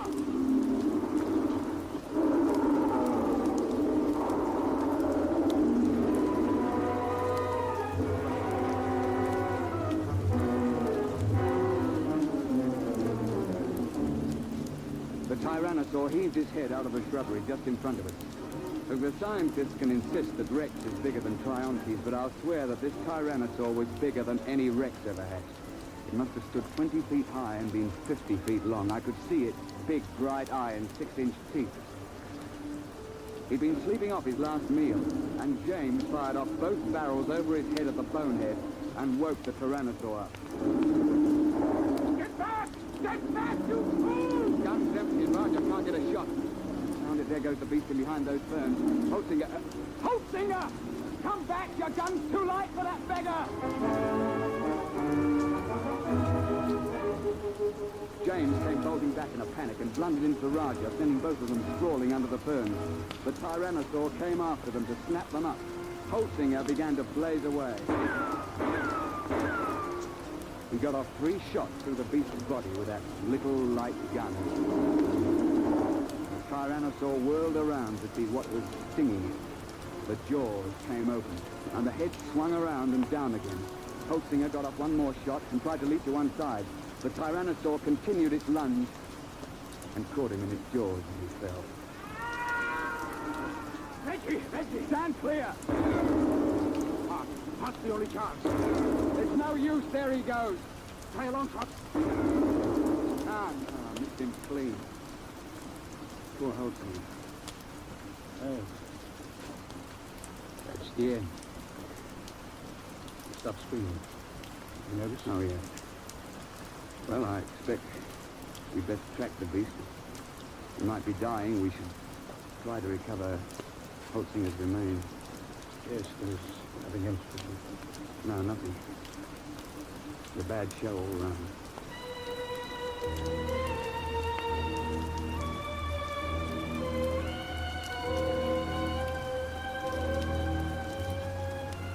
An hour later, we gave up and went back to the glade looking very dismal. Where have you two been? We were occupied. The late Mr. Holzinger. Remember? You shouldn't have gone off and left me. Another of those things might have come along. Was bad enough to lose 100 through your stupidity? what? Sure, you put us in front of you, so if anybody gets eaten, it's one of us. That's... You stinking little swine. If you hadn't been a first-class idiot and blown those 2 barrels again, this never would have happened. Holtzinger died trying to save your worthless life. And I wish he'd failed. Oh, I ought to... Now, I'm glad you did that. It gives me a chance I've been waiting for. Now get up. And I'll be glad to finish off. All right, put your hands up. Put that gun away. Don't be an idiot. I won't let anybody do that to me. You can't get away with murder. Why not? Won't be much left of you after you're hit with a 600 explosive shell. Nobody could prove anything. They can't hold you for a murder 85 million years old. The statute of limitations, no. Nice work, Roger, old chap. Yeah. Cretaceous rock. Doesn't quite have the balance of a cricket ball, but it's a bit harder, what? Well, suppose we tie this chap up and take him back to camp.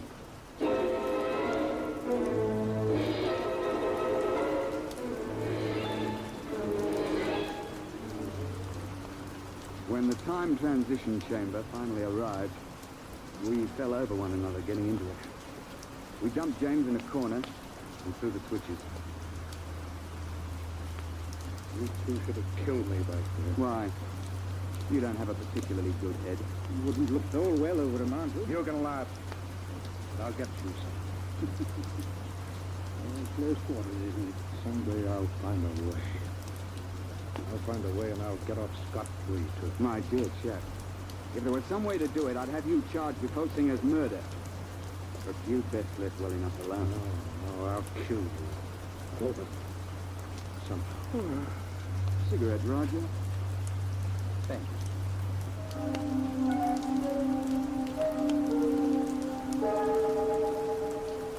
When we came out in the present, we handed in his empty gun, and off he went.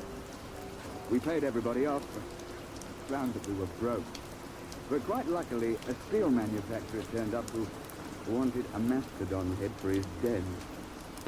While we were standing in the laboratory at the university waiting for the time chamber, the technician, he's a bookish chap, a theoretical temporal physicist, was watching his dials and scopes. Oh, by the way, Mr. Rivers, you just missed him. Missed who? That last client of yours, Mr. James. Well, that's good luck. What was he doing here? Oh, he told me quite a tale. Said he'd lost his wallet back there. It contained some very valuable paper. Must have been valuable. Paid the university fee of $5,000 for the use of the chamber. He's on his way back there now. Back where? Well, he told me to send him back a few minutes before you arrived the last time. Then he could see himself drop the wallet. He's going to stand there and watch himself come out? Yeah, but, doesn't that create what you chaps call a paradox? What happens when a man tries to occupy the same time twice? We don't know. It's never been tried before. Well, we tried to warn him, but he insisted. Yes, I know. He's a headstrong chap. Still, you wouldn't think he'd chance it just for the sake of a wallet. Was he armed? Yes. He had a 375 Express. 375? That's odd. He knows it's too light for dinosaurs. Yes, but not too light for a man. I say, Roger, you don't think Mr. James is lurking behind a bush back there until we show up again? Planning to pot us as we step out? That's impossible. He already did step out of the chamber and nothing happened. Yeah, but that was before Mr. James was waiting with an express rifle cocked. Hey, Doctor? But you mean he's planning to murder the two of you? I wouldn't be a bit surprised. I don't suppose there's anything you could do to stop the process now. No, it's too late. The chamber's in transition now. Look, hadn't you better get out of here before he kills you? Well, there's no point in running. If Mr. James's theory is right, we've both been dead for 85 million years. We might as well wait and see what happens. Transition point coming up. Well, it's been quite a world up to this point. Hey, Roger? Yes, right. Here it goes.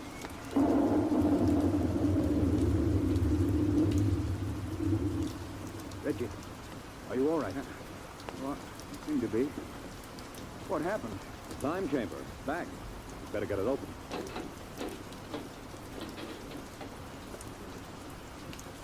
Good Lord, look at that. Ghastly, isn't it? Where did it come from? I'm not sure. I rather think it came from the Middle Cretaceous era. Wasn't here a moment ago. Ghastly mess.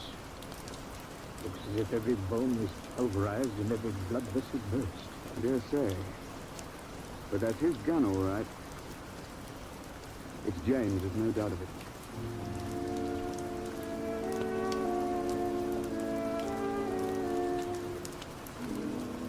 So, that's the story, Mr. Seligman. Of course, I don't understand the mathematics, but the idea's rather easy to grasp. Nobody had shot us when we first emerged on the 24th of April, 85 million BC. And so, of course, that couldn't be changed. The instant James started to do anything that would make a paradox, the space-time forces snapped him forward and ripped him to bits. Well, they know a good deal about that now, and there's a safety margin of 500 years between each trip. You can't have paradoxes, you know. It just isn't done. And you see, I'm a lot more careful now. I shouldn't have taken James when I knew what a spoiled, unstable sort he was. Or the whole thing either. When I saw that he was too small to shoot a dinosaur gun. With a heavier gun, he'd probably have knocked the Tyrannosaur down and saved his own life. So, Mr. Seligman, that's why I won't take you to that period to hunt. I'm sorry, but you're just too light. You're not big enough to handle a gun for dinosaurs.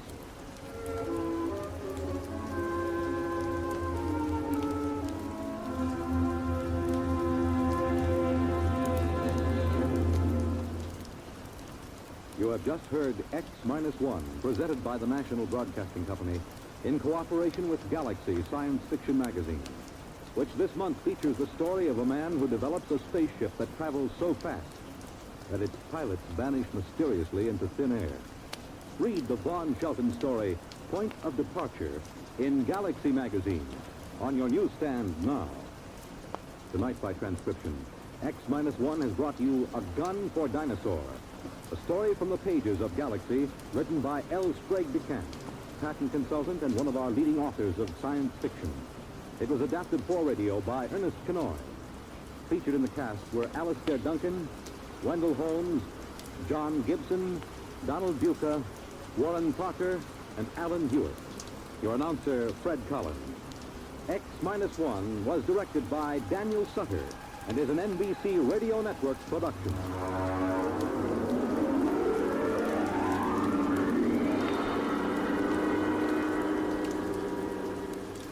Let's visit lovable Fibber McGee and Molly tonight on the NBC Radio Network.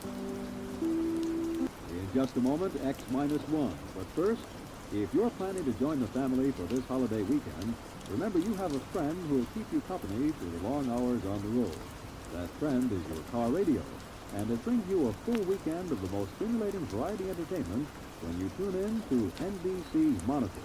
Yes, you set your dial just once for hours and hours of refreshing variety.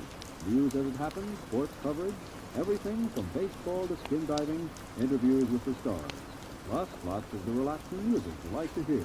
It's all on Monitor this weekend. Now stay tuned for X-1 on NBC. Countdown for blast off. X-5, 4, 3, 2, X-1, fire.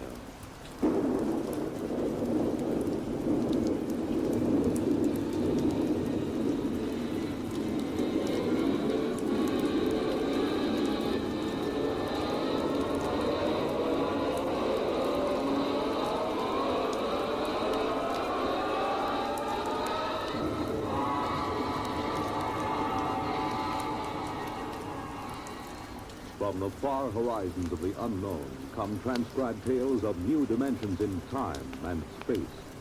These are stories of the future, adventures in which you'll live in a million, could be years, on 1,000 maybe worlds. The National Broadcasting Company, in cooperation with Galaxy Science Fiction Magazine, presents X minus 1.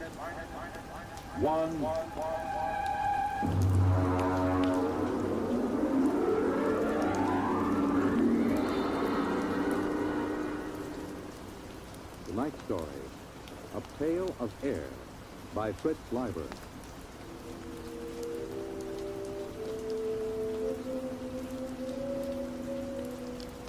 It was pretty quiet in the nest. Pa was just sitting by the fire, staring into it like he does these days. And Ma was asleep. That's why it was so quiet. Ma had some pretty bad times, and she just screamed and screamed and huddled back against the blankets that lined the nest. Sis was looking at herself in a mirror that hangs next to the bookshelf. I don't know what she finds to look at so long. And she's a girl. She just looks at herself. Saturdays, when Pa puts a couple of extra lumps of coal on the fire and we take a bath, she looks at herself in the mirror and sometimes she cries. I dropped the book I was reading, and I guess that woke Ma. What? Pick up the book, Bud. Sorry, Pa. Come back. Hurry, Walter. It's come back. It is just Bud. We dropped his book. Oh, but it's come back. Well, it's out there now, isn't it? I feel a lot warmer. Now, asshole. It's up there. Just the way it always was. I know. I had a dream. I know, dear. Sis, melt your mother a cup of water. I'm combing my hair. Sis. Oh, all right. I got to get up. I know it's there. There's a focus. And there's spring bulbs. And daffodils. What are daffodils, Ma? Well, Daddy, they're slow. And they're very pretty. Yellow. On a tall green stick. Oh, I want to go out. I want to take the children out. All right now, Ethel. Here's some water. Come on, children. We'll all go out and we can play in the sun. Sure, Ma. Here, drink the water, Ma. It's cold. You wrap on the pipes and make that super send up to your feet. What's a super, Pa? It doesn't matter, Bud. There aren't any anymore. Oh. Pa, the pail's running low. Bud, you better get into your things and go out and get an extra pail of air. There's a couple of pails behind the first blanket. Go on, get into your things. It isn't that, is it? No, it isn't. There's no sun in this field. No sun, is there? No, Ma. What was it like? Sis, don't get your mouth set. Sun was yellow.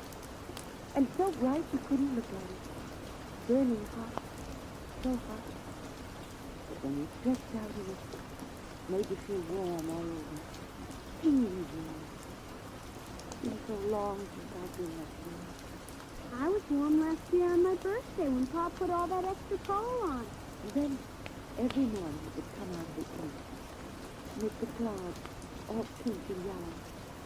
The mist would rise in the brown west. Slowly everything would glow warm. Warm. And then it would be up there in the sky. Sun. Warm.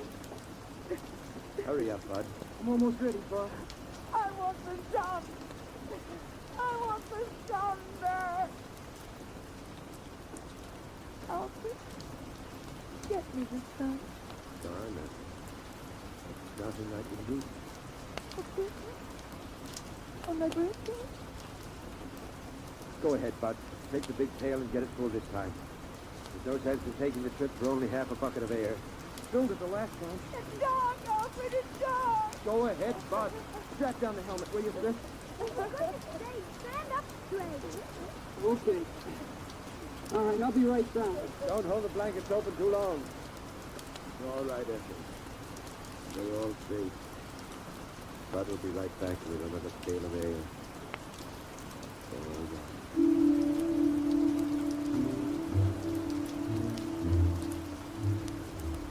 I went through the 30 or so blankets Pa hung up to slow down the air escaping from the nest.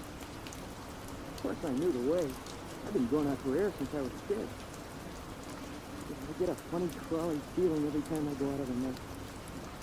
You've got to go up to the 5th floor, which is just above the blanket's frozen air. You see, when the earth got cold, all the water in the air froze first and made a blanket about 10 feet thick or so. And then down on top of that dropped all the crystals of frozen air, making another blanket 60 or 70 feet thick. I came out of the window we use on the 5th floor and started to scoop up the air into my tail. I had it about full, and my fingers were getting pretty cold, and I saw something.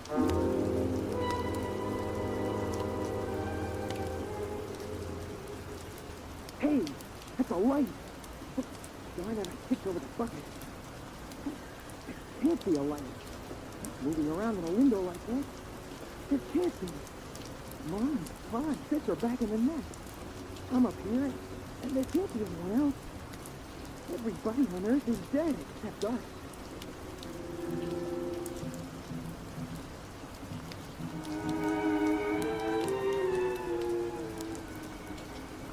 I had an idea how Ma must feel sometimes, the way she sees things. Seeing the flies moving around in the building across the way. Stood there shaking and I almost froze my feet. It did frost my helmet so solid on the inside I couldn't see anything. So I hurried up and scooped up another bucket of air and headed back to the nest as fast as I could.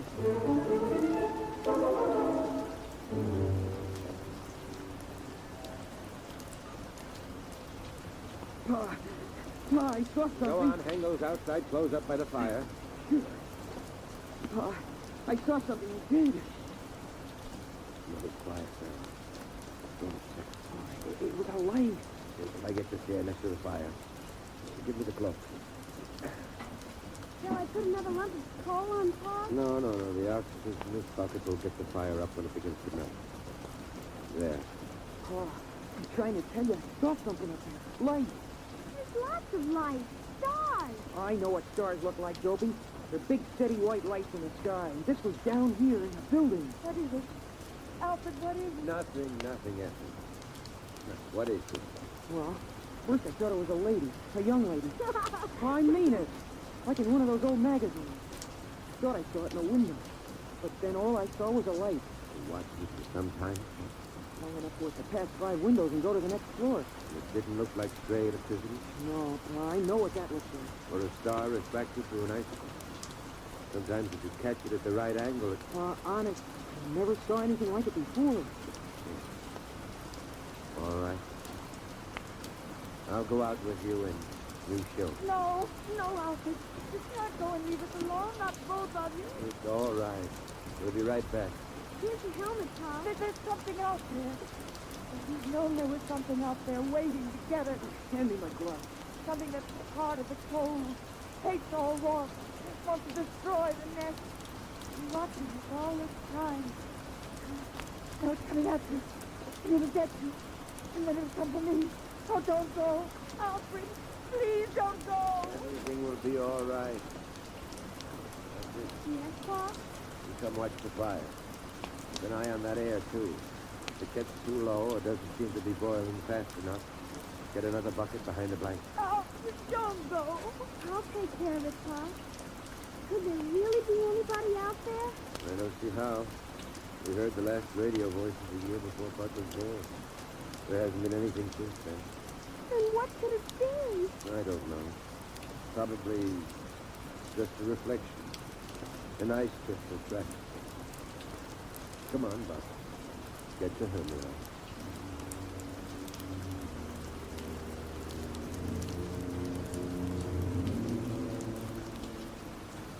It's funny. When I go out alone, I'm not scared or anything. But when I go out with Pa, I always hang on to his belt like I used to when I was a little kid. Habit, I guess. The same no matter what trip we take. On the 5th floor, we stopped to rest just before we went out. We were in a room which was frozen. A lady sitting looking at the door. The man holding his hands over that funny metal thing Pa calls a radiator. It was like a fire, I guess, but it didn't seem close to the cold. We put our helmets together so we could talk. Catch your breath, son. Pa, would it be possible, I mean, for any of the frozen people to come to life?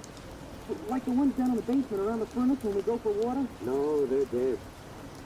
They were caught too quickly when it happened. Oh, how do we know we're the only ones? We don't, but, well, there's a feeling you get, because it's always night. There used to be some of that feeling every night in the old days, but the sun chased it away every morning. You wouldn't know about that. You weren't born when the dark star pulled us away from the sun.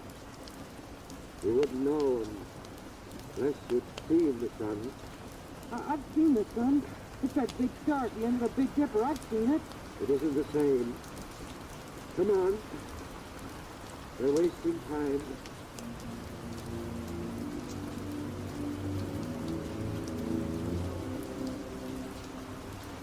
I don't know what the city looked like in the old days, but now it's beautiful. Starlight lets you see it pretty well. We're up on a hill, and the plain floats down away from it. Some taller buildings push up out of the feathery plain, topped by rounded caps of air. Some of them are on a slant because a lot of the buildings are badly twisted by the quakes and everything, when a dark star pulled the Earth away from the sun. That's why Pa can't feel up the nest there, because the building's twisted so bad. Besides, we have to keep the chimney open. We touched our helmets together so we could talk. Is that where you saw it, son? It isn't there anymore. Uh-huh. But it feels different. I mean, as if there's something out here, waiting. Bud, if you see something like that again, don't tell the others. Huh? Why not? Well, the Ma's sort of nervous these days, and we owe her all the feeling of safety we can give her. Once it was when your sister was born, I was ready to give up and die, but your mother kept me trying. Another time, she kept the fire going a whole week all by herself when I was sick. She couldn't do that now. Not the way she is. But you know that game we sometimes play, tossing a ball around? Well, courage is like a ball. A person can hold it only so long, and then he's got to toss it to someone else. When it's tossed your way, you've got to catch it and hold it tight, and hope there'll be someone else to toss it to when you get tired of being brave. Yeah, I guess so. Come on. We'll fill up the pails and get back. But what about whatever it is out here? We'll just have to wait and see. Come on. Before the helmet glossed over.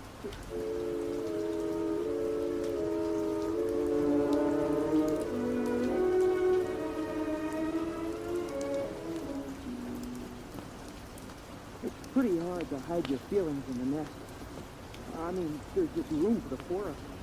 The blanket overhead just touches when Pa stands up straight. The floor is all covered with thick woolly rugs. Pa says it's inside a much bigger room, but I've never seen the real walls and ceilings. Well, anyway, Pa laughed and kidded about what I'd seen.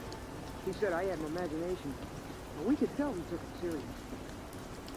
It was Sunday morning by the clocks that Pa kept all wound up on the shelf. So it was time for the story. We all sat around in a circle the way we always do. But I noticed that Pa casually took a hammer from the shelf and put it beside him. I always liked the story. Of course, Sis and I know it by heart from now. I mean, every Sunday since we were kids. But every once in a while, Pa surprised us by telling it a little different. Or throwing in some extra. It starts out with a song. Ma used to sing it, but she forgets the words sometimes. And now Pa sings it mostly. Oh, beautiful for space, the skies soar and the waves of rain, thy purple mountains majesty above the fruited plain. Of course, the words don't mean anything. I mean, the skies are spacious enough, but there aren't any waves of green. And the plain is all covered with a blanket of frozen air.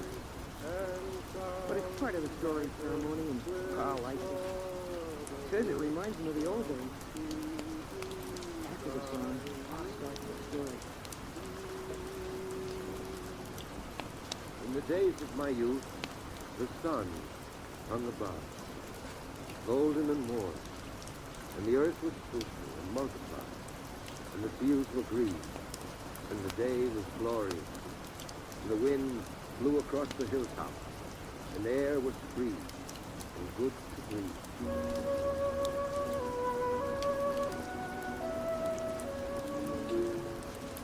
That's the part of the story I like best. About how it was with the sun nice and warm.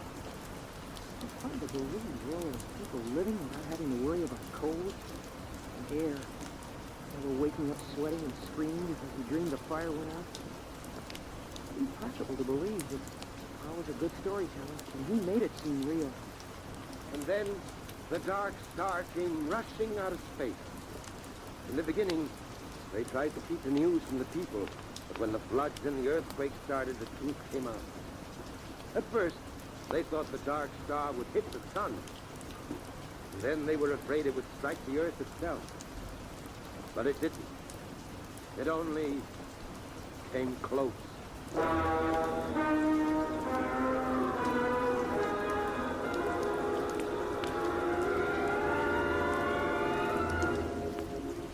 Pa tells it like the sun and the dark star fought for the earth like two dogs over a bone. I know what he means because I've seen a picture of a dog in a magazine. And then the dark star won and carried us off. But the sun kept the moon. There were earthquakes and floods. Pa says that mountains fell and oceans slopped over. Oceans, that's a lot of melted water lying around loose.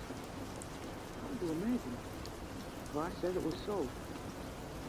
Then came the open question time in the story. Sis asked a question about what girls wore for clothes. And I asked Pa how people acted in those days when the earth was twisted and jerked almost apart.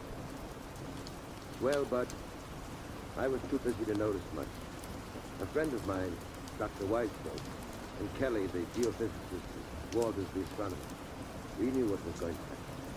And we were working to fix up the place with airtight walls and insulation and big supplies of food and bottled air. But the place got smashed up in the earthquakes and they were all killed.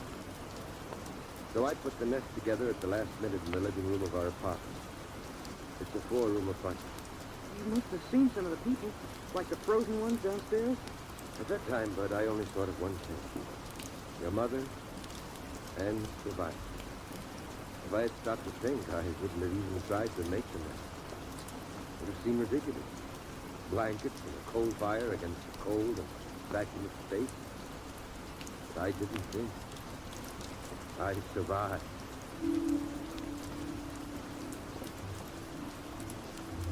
I wasn't listening carefully as Pa went on about the building of the nest. I kept thinking about something else. About that light I'd seen outside. I kept asking myself, what if the frozen people were coming to life? What if they were like the liquid helium that crawls toward heat where it should be frozen solid? What if something was coming from the dark star to get us? Something making the frozen people move, not by themselves. It fit with what I'd seen. The young lady's face and the moving light. Stood there and shivered. The frozen people with minds from the dark star creeping, crawling, making their way following the heat to the nest. And then, over from beyond the blanket, I thought I heard a tiny noise. So I asked myself then, what's the use of going on? Why prolong a doomed existence of hard work and cold and loneliness? The human race is done. The earth is done. Why not give up, I asked myself. And then I did hear the noise. Louder this time. Kind of shuffle and tread coming closer. And then I got the answer. The Earth's always been a lonely place millions of miles from the next planet. No matter how long the human race might have lived, the end would have come some night. Those things don't matter. What matters is that life is good. There's a lovely texture, like some rich cloth of fur, or the petals of flowers. Crocus, daffodils, the fires burn. And that's as true for the last man as the first. Still, those steps kept shuffling closer. Pa was talking, and Ma was dreaming with her eyes closed, and Sis was looking at herself sideways in the mirror. And I was the only one who heard the noise. Noise. Come inside. So right then and there, I told myself that I was going on as if we had all eternity ahead of us. I'd have children, and I'd teach them all I could. I'd get them to read books, try to enlarge and seal the nest. I'd try to keep everything beautiful and alive. I'd keep alive my feeling of wonder, even at the cold and the dark, and the distant stars. Oh, I hear. I know. What is it, Doctor? What is it? What's going on? You've got to tell me. Oh, I'm scared. Quiet. What? You heard it? Huh? Kind of shocked. Coming toward the nest. Oh. Sis, take care of your mother. All right, Ma. I'll take the hammer. You take the hatchet. Is it what? What is it? I don't know. Listen. Closer.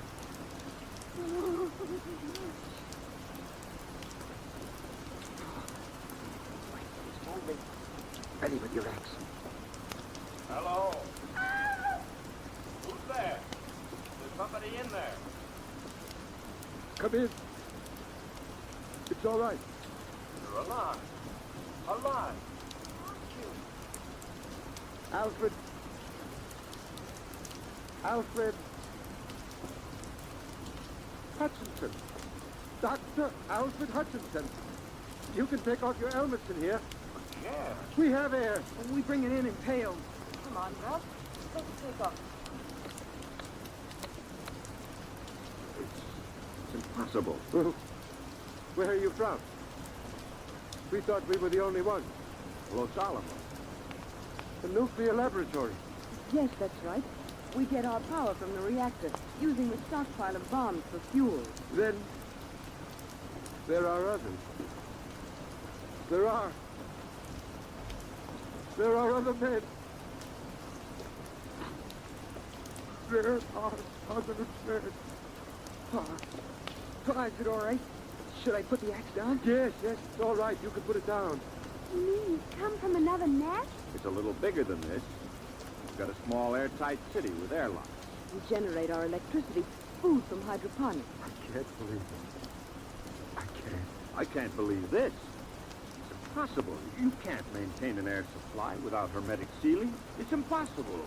No, it's simple. As long as you keep the fire going to melt the air, and enough air boiling to keep the fire burning. How did you come here?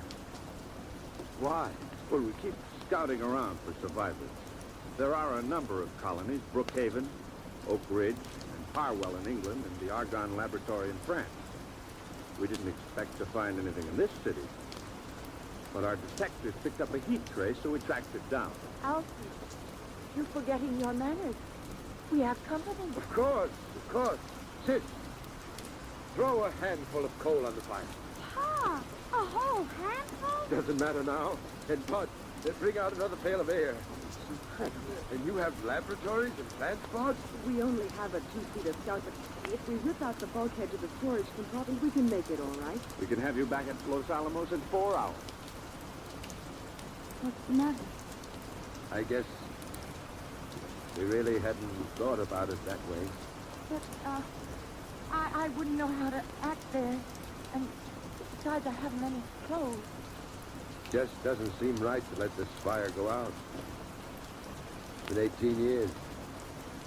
Burning every minute. But you can't stay here. Ralph. But after all... Ralph. Oh. Look, Dr. Hutchinson, we'll go out to the ship and bring back a small power heater. I know this is very sudden, upsetting to you. You need a chance to adjust.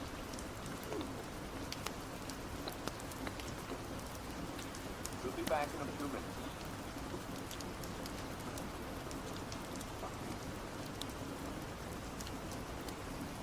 Well, I didn't think the nest smelled so good. I could tell. You had a wave in her. Did you see that? Lift. I suppose we have to decide what to do. Pa, at Los Alamos and those other places, there'll be lots of people, won't there? Yes, I mean, not just your father or a brother. that's right. Boys? Suppose so. But somehow I feel a little empty. Alfred, it's different now that we know others are alive. You don't have to feel the responsibility of keeping this human race going. Well, I'd like to see those rockets. The laboratory. Wouldn't you, Pa? I suppose so. It won't be easy leaving the nest. I mean, it's just right, and there's only 4 of us. It's kind of a scary idea. Big place with a lot of strangers. You'll get over that feeling, son. The trouble with the world was that it kept getting smaller and smaller till it ended with just the nest. Now it'll be good to have a real huge world again. The way it was in the beginning.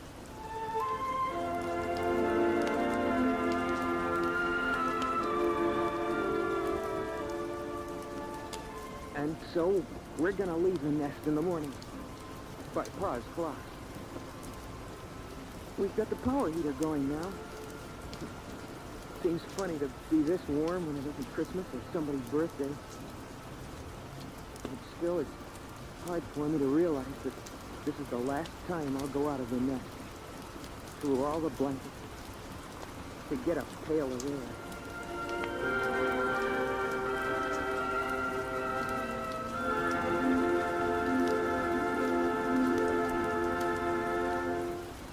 You have just heard X-1, presented by the National Broadcasting Company in cooperation with Galaxy Science Fiction Magazine, which this month features the Edward M. Ludwig story, A Coffin for Jacob. With never a moment to rest, the pursuit through space felt like a game of hounds and hares. Or was it Follow the Leader? Galaxy Magazine on your newsstand today. Tonight, by transcription, X-1 has brought you A Pail of Air, a story from the pages of Galaxy written by Fritz Leiber and adapted for radio by George Leffert. Featured in the cast were Ronnie Liss, Pamela Fitzmaurice, Richard Hamilton, Eleanor Peltz, Rita Lloyd, and Joe DeSantis. Your announcer, Fred Collins. X-1 was directed by Daniel Sutter and is an NBC Radio Network production.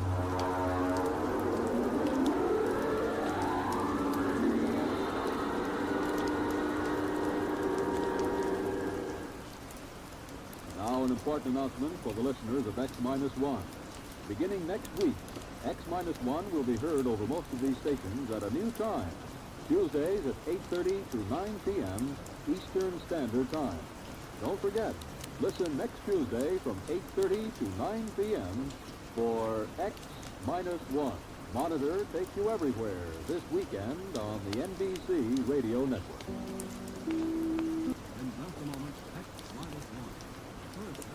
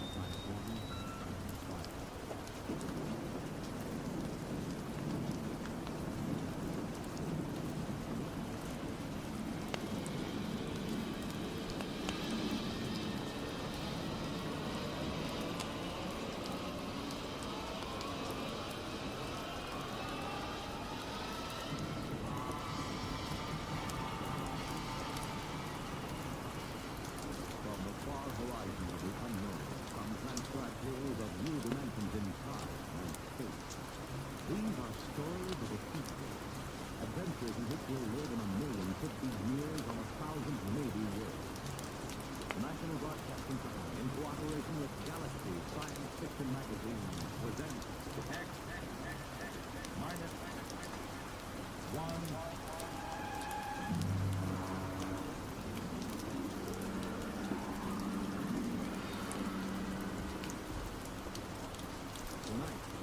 Bad Medicine by Tim O'Donovan.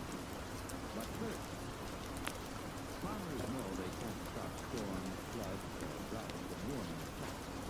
But they can make sure things like that can't ruin them by investing in domestic savings bonds. Not only farmers, but over 40 million Americans in all sorts of jobs own 40 billion of savings bonds. And why?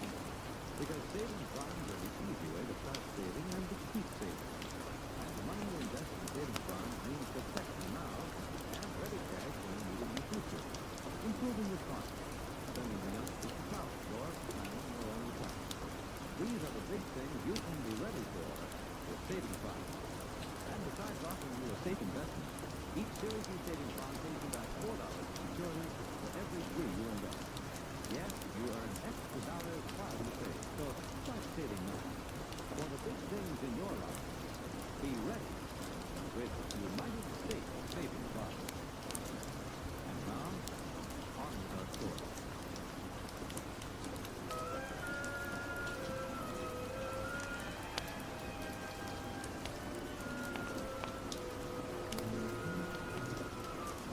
On May 2nd, 2103, Elwood Castle walked rapidly down Broadway. It was a gentle, misty spring day, and the air held the smell of rain in parts of the trees.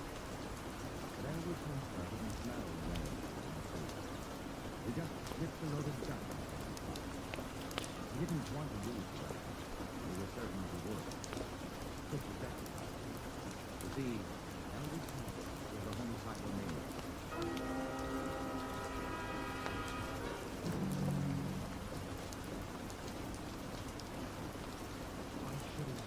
Hey, look out, man! I'm sorry, Steve.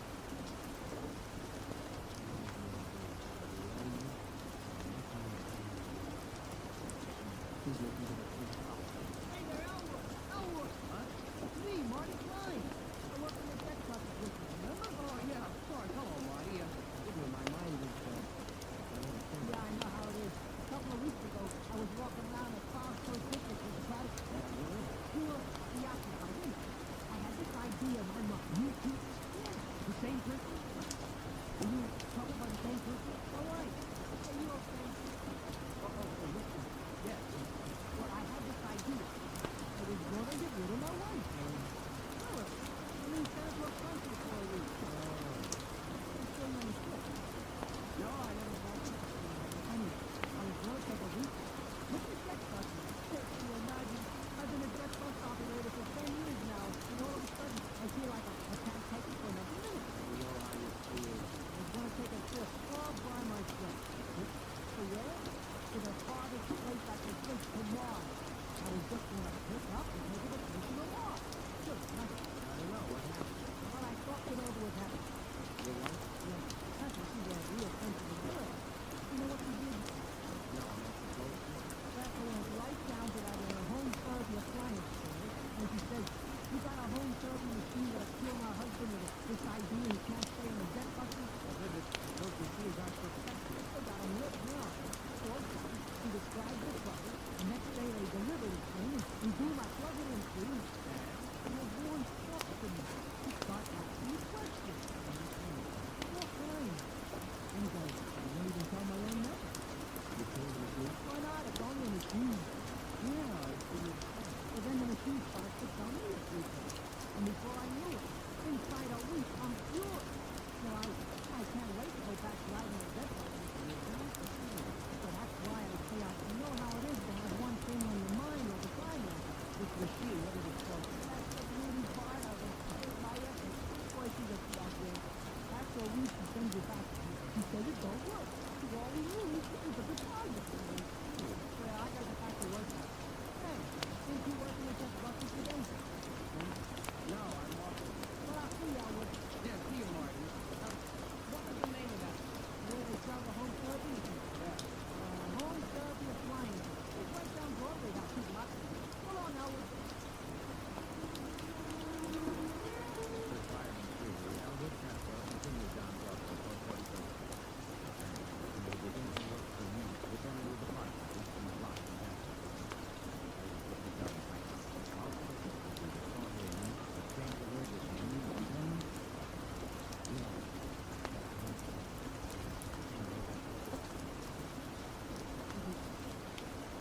Look what happened. The authorities are right here. And thankful and Henry. Mother would never.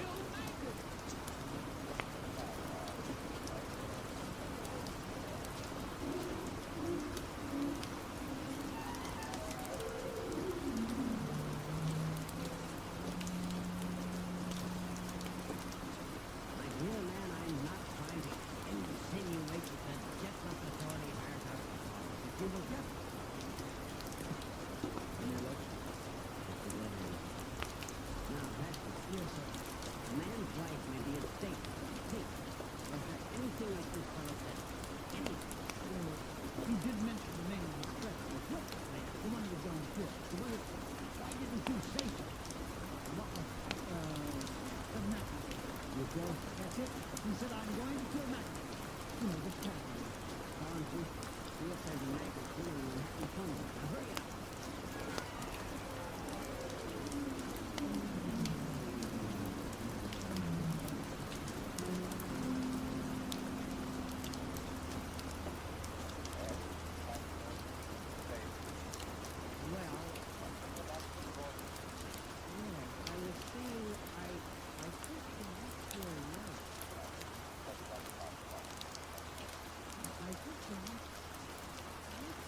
Perhaps I do remember myself.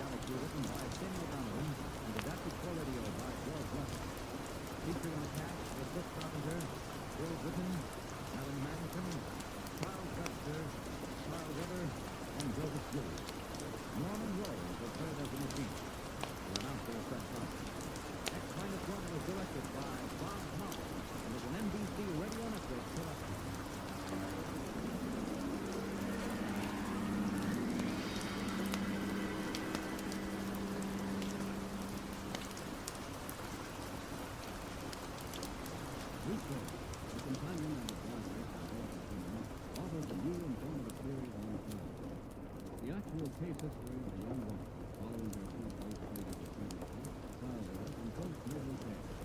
When the family started their search for her, the New York National Hospital, and even out of the delivery rooms of the actual birth of the country. Listen tomorrow for a real-life series, The Story of Birth.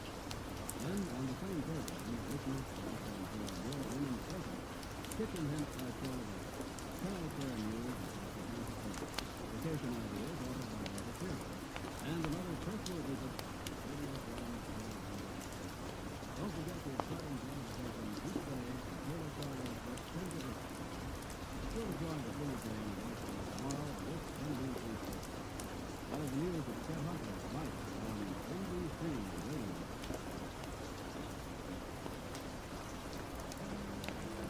In just a moment, X-1. But first, there's a certain water commissioner whose interest in the ladies sometimes overshadows his interest in civic affairs. His name is a familiar one, Throckmorton P. Gildersleeve, and he'll pursue his adventures tomorrow night when NBC Radio presents another comic episode of The Great Gildersleeve. So when you hear the familiar voice and hearty laugh of the water commissioner from Somerset Hall, while to stay tuned and enjoy another romantic scramble with the one and only The Great Gildersleeve on this NBC station. Now stay tuned for X-1 on NBC.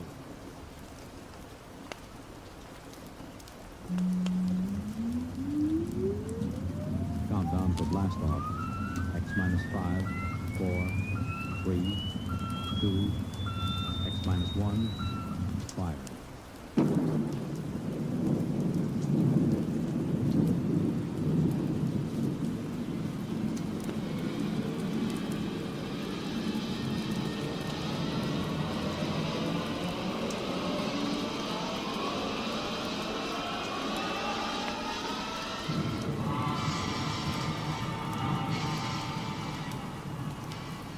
From the far horizons of the unknown come transcribed tales of new dimensions in time and space.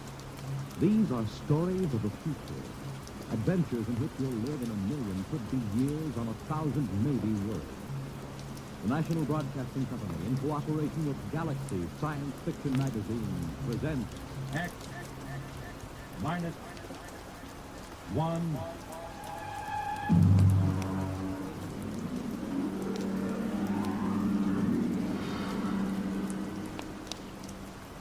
Tonight's story, The Seed Shoot, by Isaac Asimov.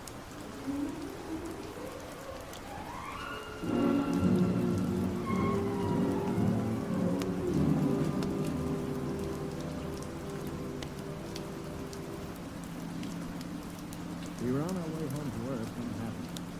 6 of us, coming home as passengers aboard the merchant spaceship Starfighter. At the start of the Second Interstellar War, the one between Earth and the planet Flora. And then it happened.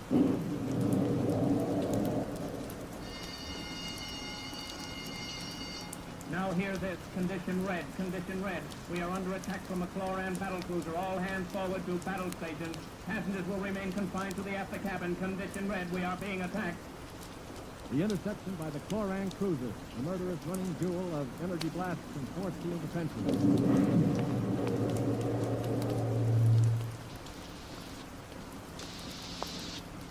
We huddled in the passengers' after cabin, terrified, not knowing how the battle was going. We could hear the desperate bursts of steam through the steering tubes as the Starfire maneuvered to dodge the enemy attack. And then...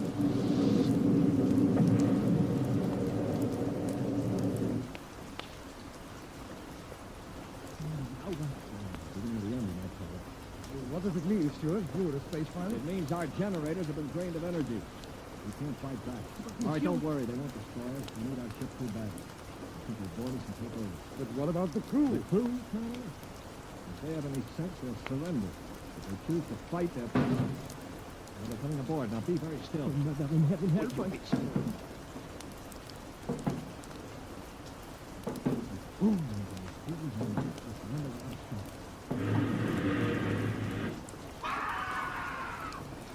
They are fighting. Yes, Ian. Help him. All right, don't open that door. We just can't let them. You can't help him. I'm going. Stop him. All right. Have it speaking. Shut the door quickly. Steve, my brother. Poor fool. My brother, I swear to you, I'll get them. Yeah, you better have those bodies. The brutes.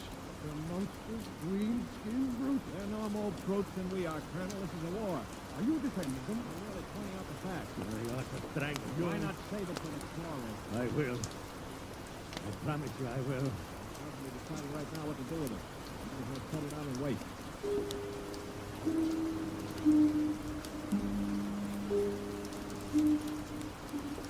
We sat there, the five of us, and listened while the Floran invaders killed off the members of the Starfire's crew. Among us was Colonel Anthony Wyndham, an old Colonel Blimp type with a lame leg. Wyndham had spent his life in the militia back on Earth, but had never seen a battle. There was Demetrius Poliorkitis, who had just watched his brother being killed by a chlorocarboniter. Poli was a huge man. He and his brother had tried truck farming in Arcturus and given it up after 2 seasons. Then there was LeBlanc, a sensitive, frightened young man of 22, and Randolph Muller, who looked like somebody's caricature of a bookkeeper. A mild, balding, milk-toast little man. And there was myself, John Stewart. I was the only one who'd ever had contact with the Chloro people. I had a pair of artoplasm hands to prove it. Yeah, they finished with the crew. Mr. Stewart, Yes, Mr. Mullen. what do you think will happen next? Well, they'll put a prize crew of 2 aboard and take us to one of their home planets as prisoners of war. Only 2 of the Choros will stay aboard. 2 is all they'll need. Why?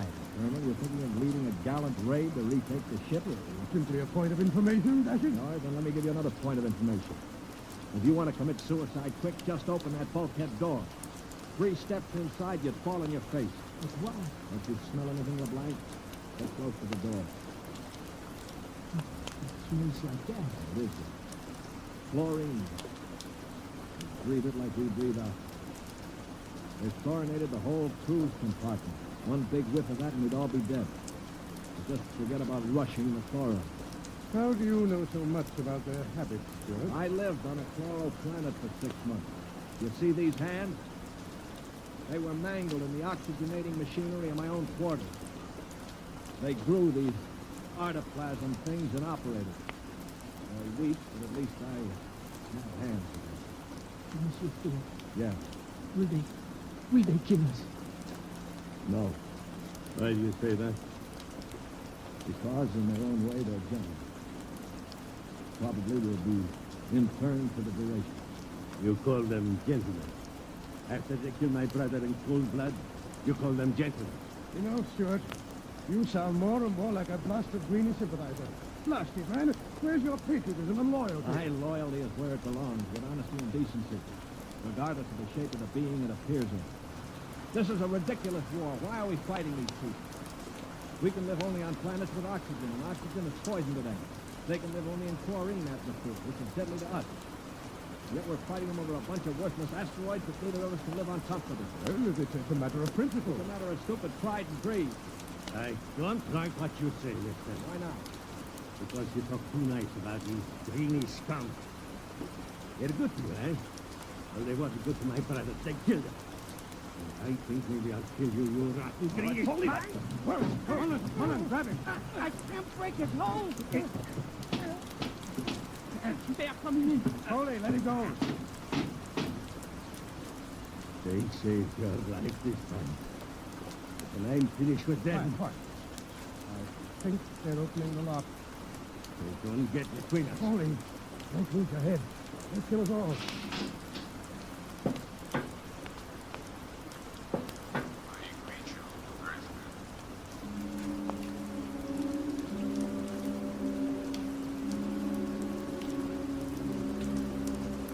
The chloro was not a pleasant sight to anyone unused to it.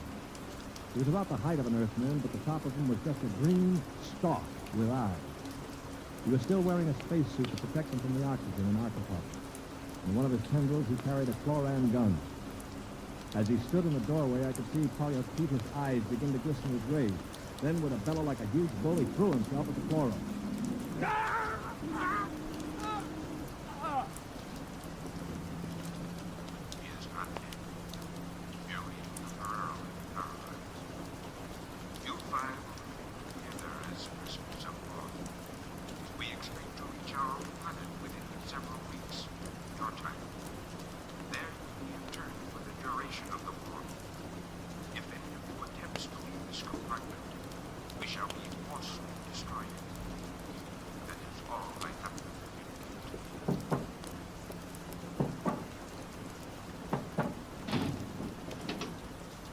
Maybe we better do something for Mr. Polly, Peter? No, he'll be all right.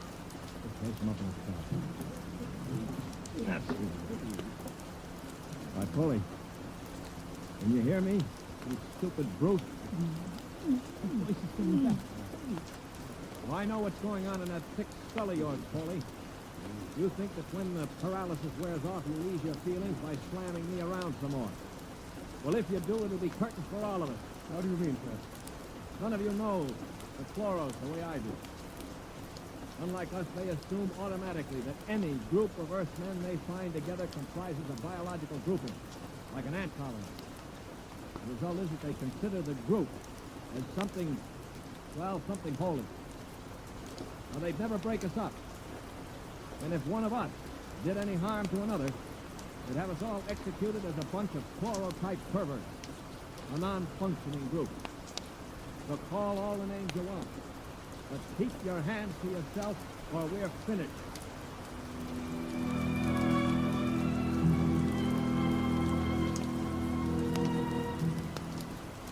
My little speech had a sobering effect on the group. The next 24 hours we did little besides eat our rations and camp. I tried to evaluate them.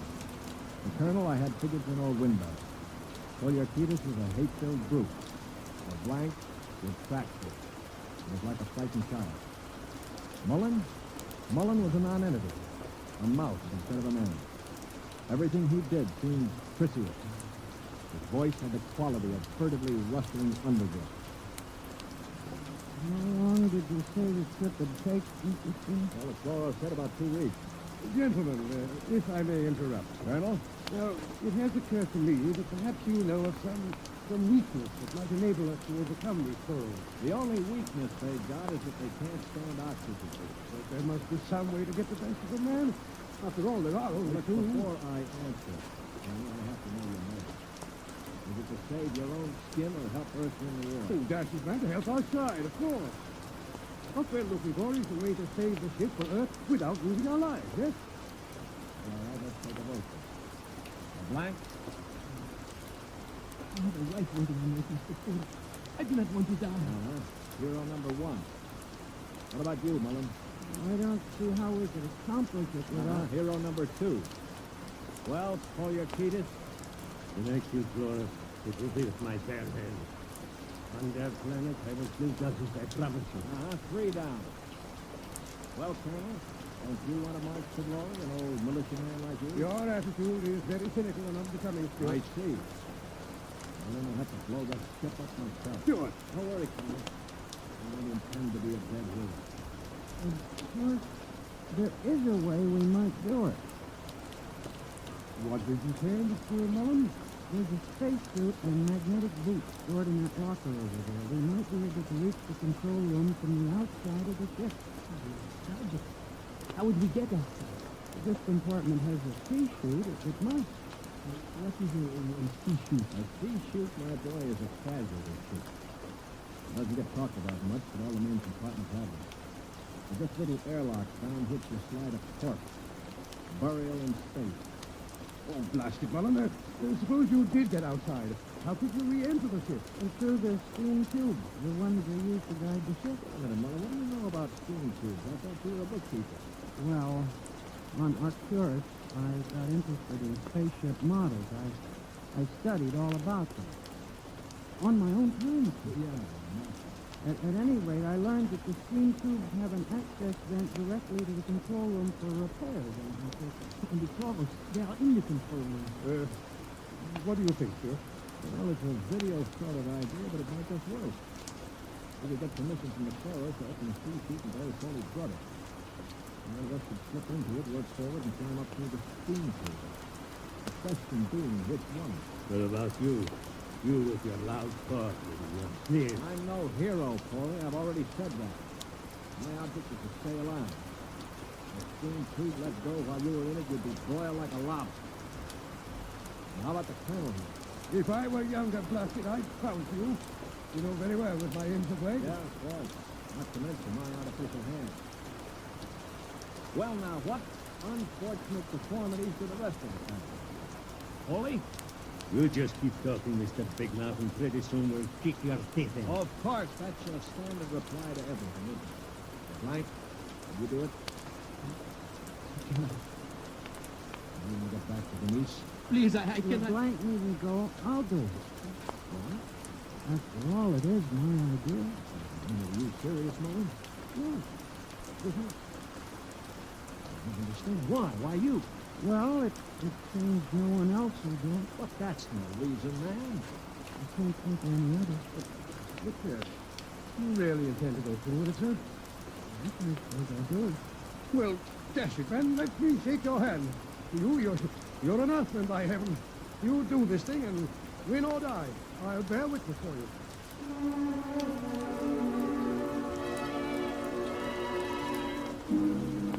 It was quite a moment. Mullen the Mouth had suddenly turned into a man.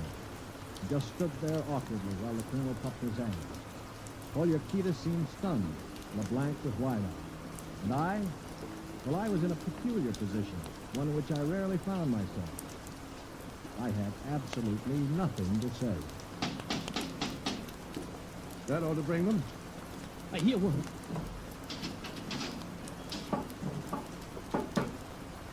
What is it, Earthman? One member of our unit is dead, as you know. We request permission to jettison his body out of the casualty chute. You may do so. You'll have to open the chute lock from the control room. I will do so. Is there anything else? No, nothing else. Thank you.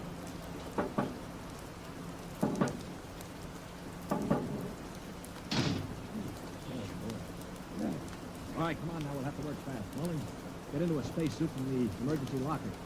Polly, help Mom with those magnetic boots. Hurry. I'm working as fast as I can.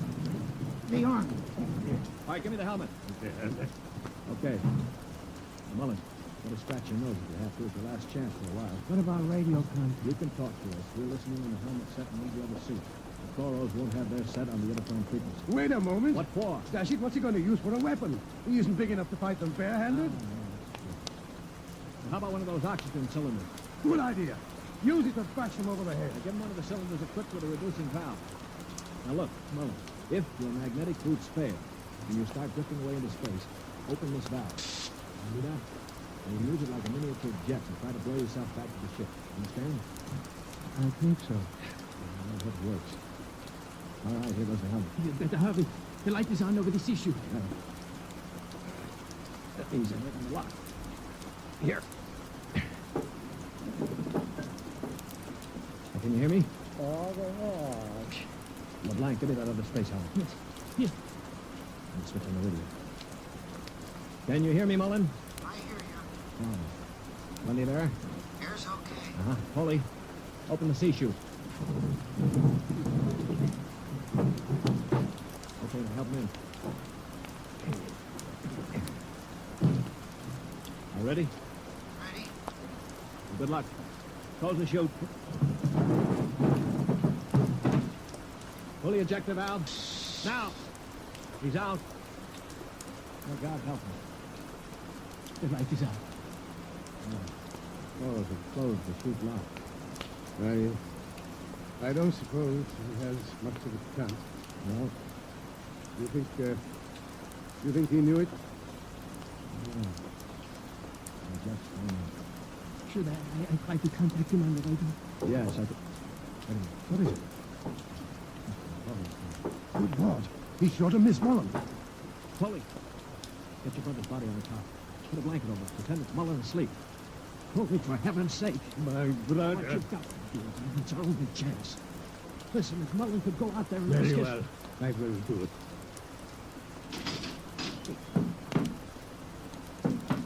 Earthman, Yes. you have jettisoned the body. Yes. Good. Is there something further we can do? No, We are very tired. Our grief is very great at losing one of our units. We would like to rest alone. I will respect your wishes.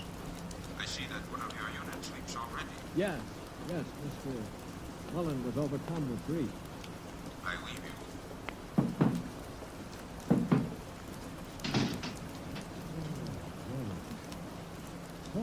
I thought sure you were going to rush it. Who's that brave little guy out there? What do you think I am, anyway? And to think I laughed at him makes me ashamed. Yeah, I guess I've been saying some things that maybe weren't too funny. I owe all of you an apology. You think it's safe to try the radio? Yeah, we better. Hello? Hello, Mullen. Can you hear me? Yes, I hear you. Where are you? I'm standing on the outside of the ship. All right, now take care. One misstep and you'll be marooned in space. Now, can you find the steam tube?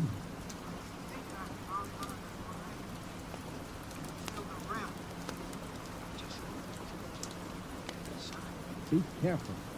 I'm going in the tube now. The ladder runs they used to prepare for the side. Keep in contact. In the tube now. Good Lord. We've let go with a blast. Well, it may be the starboard tube. Mullen, Mullen.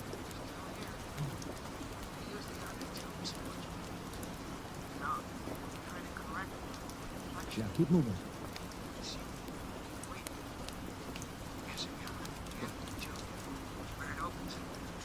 Good, good. Look, there's a small metal door there. Can you feel it? It's locked from the other side. Oh. I can't budge it. Mullen, listen to me. I'm terribly scared. All right, now hang on. Don't blow up. Listen to me. Are you listening? Yes. Take the spare oxygen tank. Bang on the metal door that leads to the controls. The claws are bound to hear you. When one of them comes to investigate, try to hit him with a cylinder.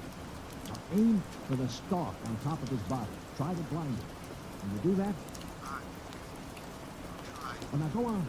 Only one can come. The other will stay at the control. Now start banging.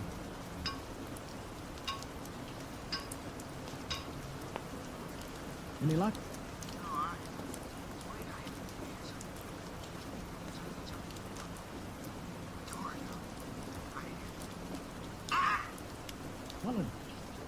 Mullen, what happened? Mullen, can you hear me? Mullen!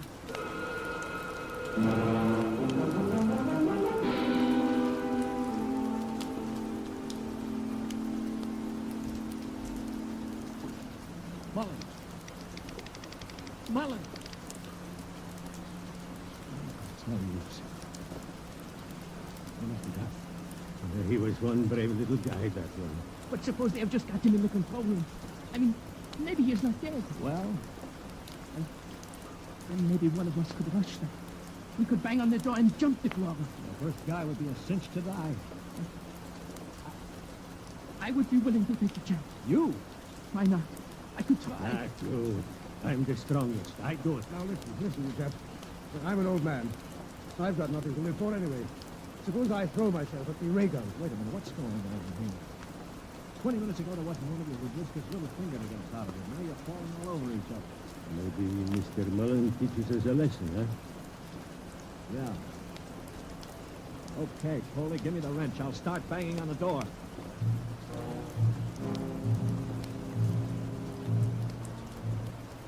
They say that selflessness is contagious. I guess maybe it is.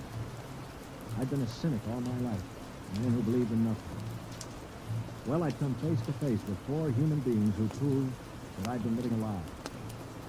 I knew what I was going to do. When the chloro came to investigate our compartment, I had it all planned.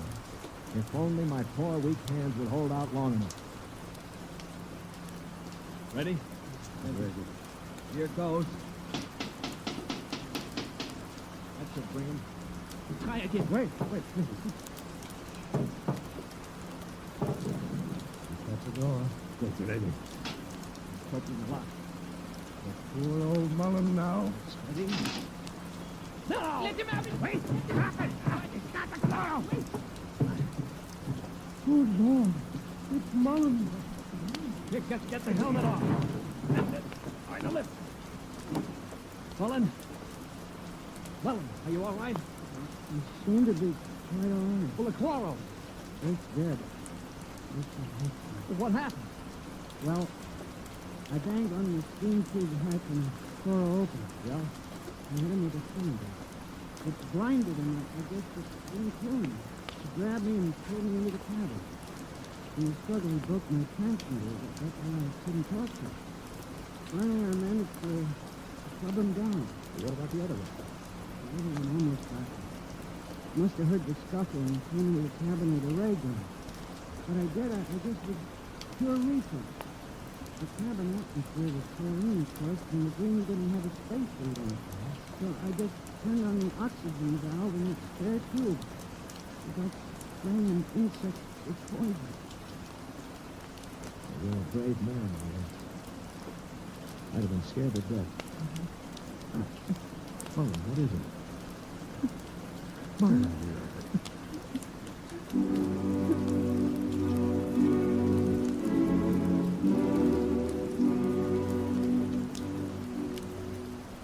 An hour later, false hands and all, I was at the controls of the ship, headed for Earth. We'd gotten rid of the chlorinating equipment and restored the oxygen naturally. Mullen was asleep in the cabin under a sedative, or so I thought until the cabin door opened. Mullen, for Pete's sake, get back to bed. Oh, I'm quite all right now, really.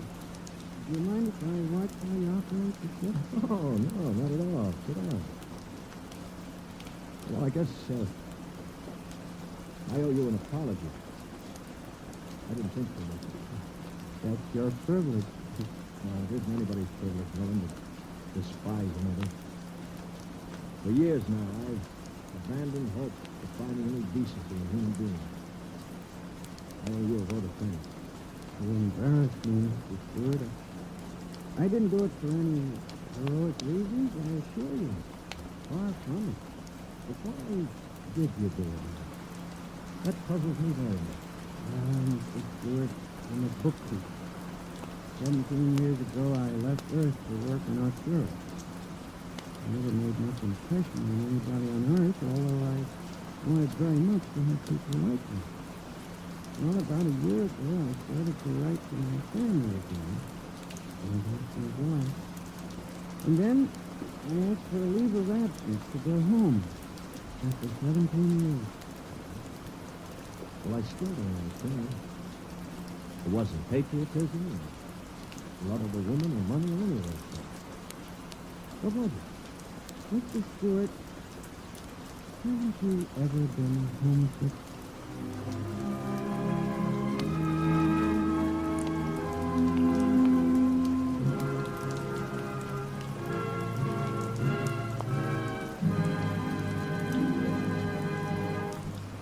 You have just heard X-1, presented by the National Broadcasting Company in cooperation with Galaxy Science Fiction Magazine, which this month features A Gun for Dinosaur by L. Sprague de Camp, a story of hunters in the bloodiest and most ferocious arena of all prehistoric Earth, where hunting reptile heavyweights is no job for human lightweights.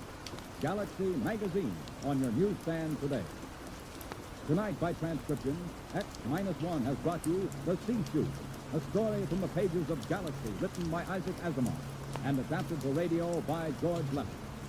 Featured in the cast were Lyle Sudrow, Stan Early, Bob Hastings, Mercer McLeod, Danny Ocko, and John Gibson.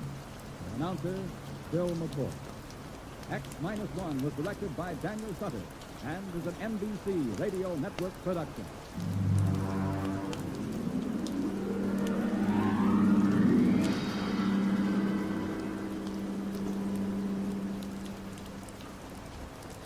Next week, on a distant planet of the forgotten colony of Earth, a man is ordered to commit a murder. Listen to Skulking Permit on X-1 next week.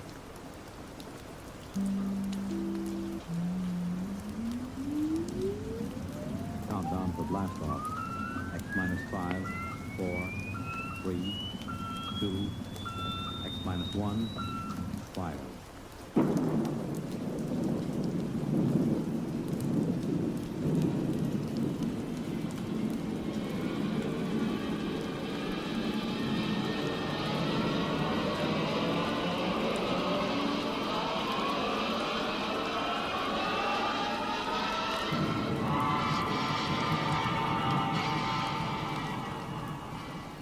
From the far horizons of the unknown come tales of new dimensions in time and space.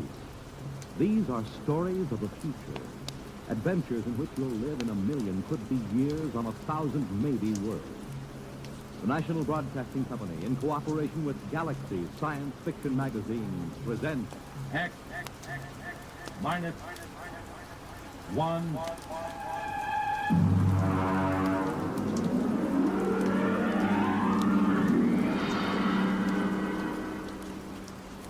Tonight, Caretaker by James A. Smith.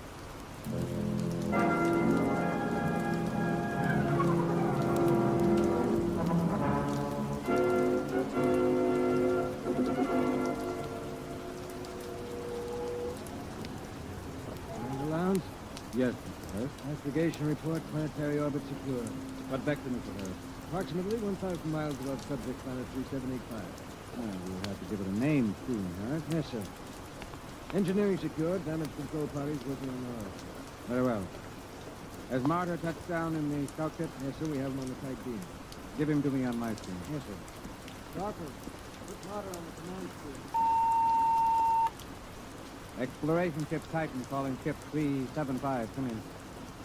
Scout 375 reporting. What's it like down there, Martyr? Not much different from the scan report, sir. The head of a valley, it's green and it's scarlet. It's all swampy. And there's a big river threading through it. Harris, give me a pinpoint on Martyr's location. There are mountains beyond. I can see Holman's house from here. It's like a Swiss chalet standing over the lake.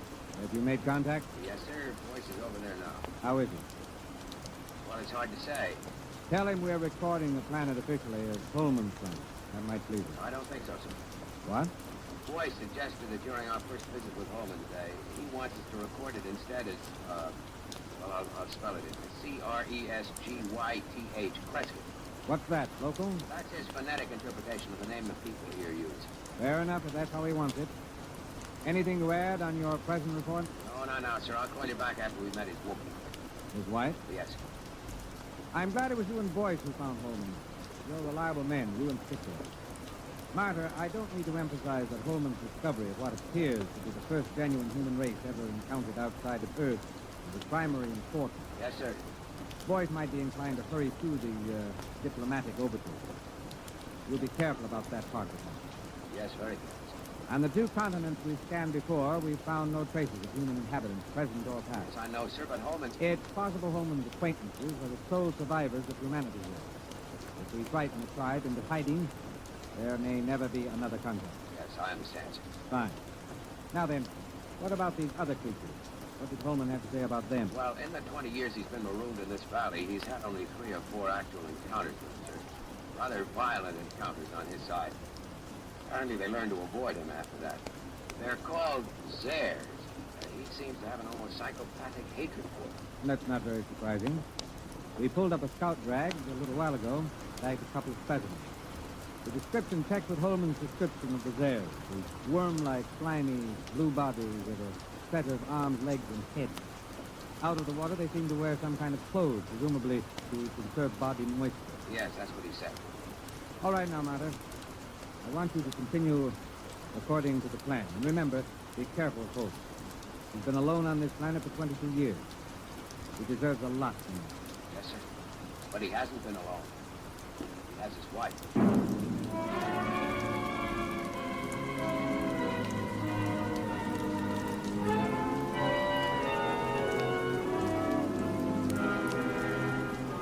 White?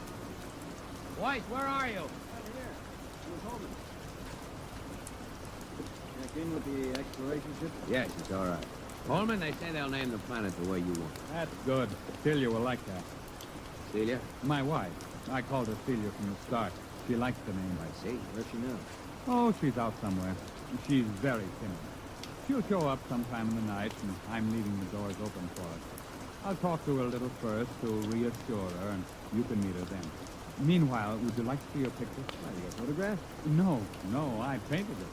I used to do a little bit before I went into service. It's over here. I've done about 50 or so paintings over the years. I paint a lot of them over, you know. Here, in here. Grind my own pigments and cut brushes from the swamp grass. I'd give my arm for a good camel's hair brush. Here, here. Beautiful. Very good looking. Of course, it isn't an exact likeness. I tried to capture the spirit. I think I've got it pretty good. Yeah, there's something about that picture sort of... Never mind, boys. Boys doesn't know much about art. Yeah, but I know what I like. I like a good-looking woman. A lucky man. You wanted to see the deep water well. It's right through here. Actually, it's just an opening through the concrete of the river that runs below. It's as pure as anything you could wish. If they want to refresh the water tanks of the ship... Yes, I'll take it up with the captain. We'll be staying a week on the water. We're to follow your judgment in every way and establishing contact with the Presbyterian. Good. We can't do anything till Celia comes in, and we'll have to be very tactful then. But I'm sure it won't take a week. Well, what makes them so shy of it? Oh, it's not you, it's me. Or it's an impression I gave them of the Earth kind of human beings. Come on upstairs and I'll tell you.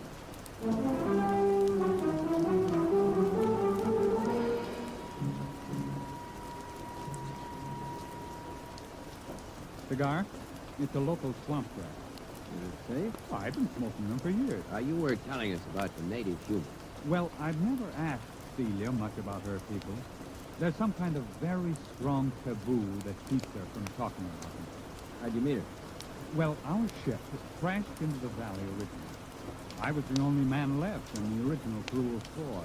Manning went insane 2 days before we made a planet fall and killed Nichols and Dawson. And so I killed Manning before he could wreck the ship completely. Have you got a light, Martin? Thanks, I'm all right. You see, it was unavoidable, but they never understood it, those people at sea. How did they find out? I was unconscious for about a month and completely blind for 6 months afterwards. Right. Well, they got me out of the wreck and nursed me back to life. But as soon as I was out of danger, only Celia would stay with me. She and I were alone for weeks before I regained my sight. How did they know I killed the others? Well, they're sensitive in a number of ways, and there were those bodies in the ship.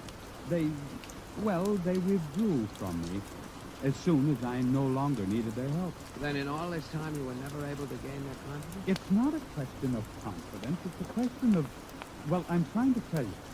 I didn't mind being alone, you see. You'll understand that when you see it.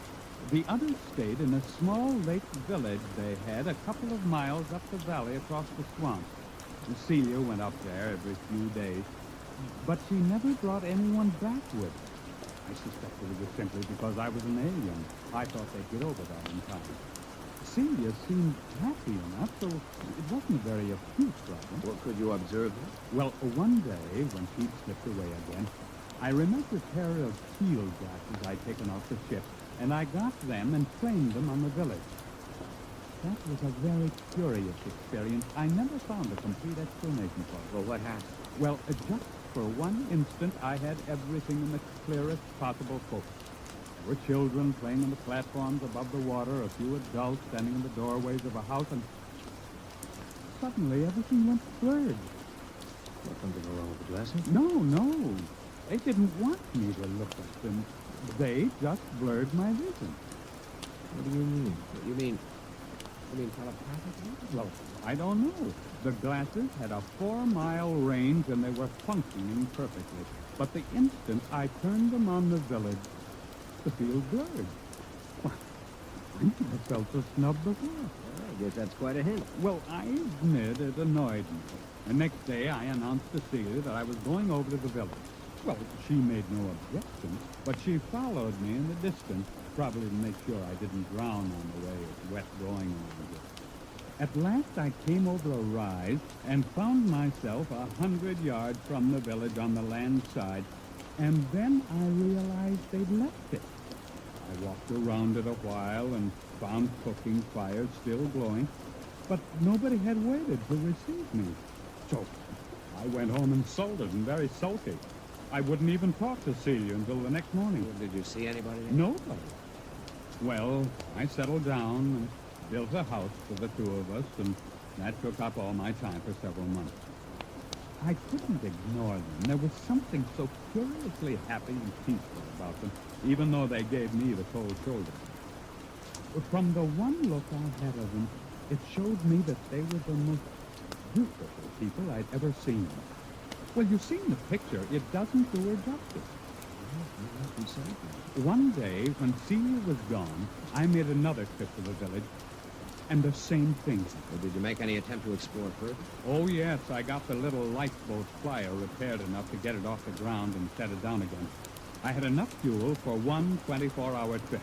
I flew down the valley for almost 50 miles before I came across the first colony of the other one, the Zares. Is that what the people here call? No, Zare, that's the word for snake. I named them. Did they live in caves? No, that's what fooled me. It was a village of houses just like the one here. I sat down on the lake and I saw them. They just stood there, very quietly watching me through the doors and windows. What made it worse somehow was that they wore clothes, but the clothes didn't cover them. Those weaving, soft, blue, slimy bodies and those staring eyes. I backed down the ladder with my gun ready in case they rushed me. But they never moved. Did you find any more of them? There were about 8 more colonies of theirs further down the valley, but there was no trace of another tribe of humans. At the time, I didn't know just what to make of it. There was a possibility that my village represented an advanced troop of human beings into the land of snakes. But it turned out to be the other way around. It seemed to be the snakes that were pushing out the humans. So I swore to myself that as long as I lived, at least, human beings were going to hold this section of the valley undisturbed in its safety. When I came back, I said to Celia, I must speak to your people. Go tell them I'll come again tomorrow, and they mustn't run away. So she looked at me, and then she went in the direction of the village. Did they wait for you? Well, she came back late at night, crept into my arms, and told me they promised to wait for me. Oh, I set out the next morning full of great plans. After all, the Zare snakes lived in widely scattered settlements. The villagers and I could wipe out those settlements one by one until we'd cleared the land. But then I didn't realize how different Celia's people were from us. How? What happened? Well, I came over that route, and there the village was. This time I knew they'd stayed home. And then, not 20 feet off my path, I saw 2 of the Zares standing in the bushes, one watching me and the other looking at the village. They were the first ones I'd seen that close, and they were horrible. They had a rapacious, greedy look. They seemed oily and unclean. Each had a kind of tricky crossbow over his shoulder, and they couldn't be seen from the village. Would you like something to drink? There's some kind of fermented home brew I made. No. What happened? Well, I shot them both down before they got over the surprise. It was a natural thing to do, wasn't it? Sure. But apparently, from the point of view of the villagers, it wasn't. The village was empty again. When I got back home, I was actually sick with disappointment. And then I discovered Celia was gone. She stayed away 3 days. And when she came back, I never went back to the village. But I don't see why. Neither did I until it was too late. They won't kill their enemies. They're too polite for that. So their enemies are gradually squeezing them out of existence. Captain, what do you expect us to do in this situation? Kill the Zares, as many as we can find. If the human beings of this world won't defend themselves, we'll have to defend them. I can't be on guard here forever. It's up to you and the other men on the ship to do the job right. You will, won't you? You'll make a report to Commander Lowndes? We'll make our report. Oh, that's fine. Well, gentlemen, I suppose it's late now. I suppose you'll want to turn in. When will your wife get back? Well, she'll be back later. Don't worry about her.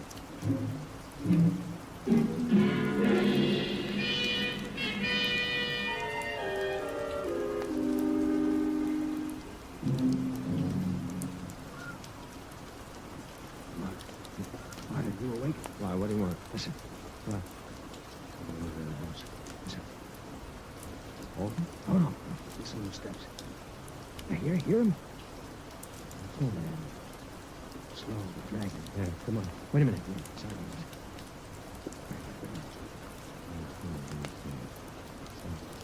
Listen. Look. No firing unless I tell you. Don't bother. I'll take care of myself. Maybe it's one of those Zares, I'd like to get a shot at them. Come on.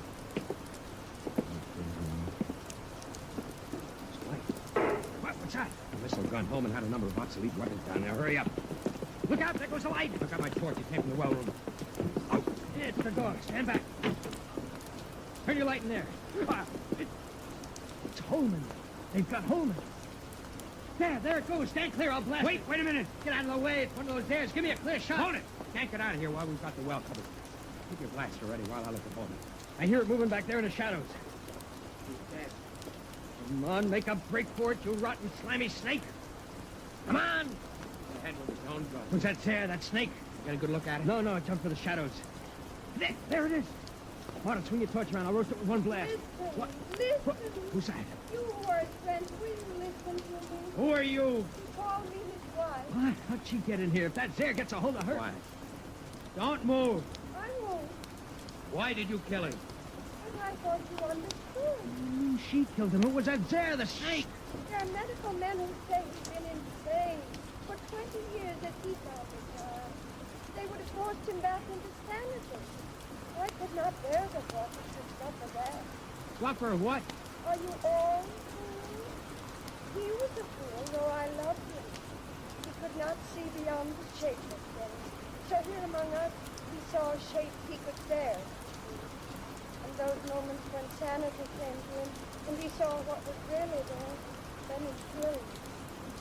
Are you all like that? Talking about is the snake there with her? Upstairs, boys. Wait for me outside. You gonna kill that snake? Yes, I'll kill it. All right, take my blast. Now be careful. Get between the eyes, Marta. Roast that Zare to a crisp. Oh, I know. Are you still there? Yes, Is there any way you can get out?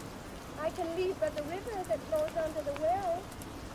You do not shoot at me. I won't shoot at you. May I take your father? Yes. And you will all leave with your ship? I love him, although my people thought it strange, almost beyond their tolerance. They are foolish too, yet not as foolish as you are. They saw what was in his mind, and not beyond that, and so they were afraid of him. But he is dead now, and there is nothing that your people and mine can share. We are too different. Will you leave? We'll leave. What did you see that was beyond his mind? A brave spirit, so very frightening. He ventures far, far, far into the dark, of which he is afraid. I love him for that. I am coming now. I think you had better look away.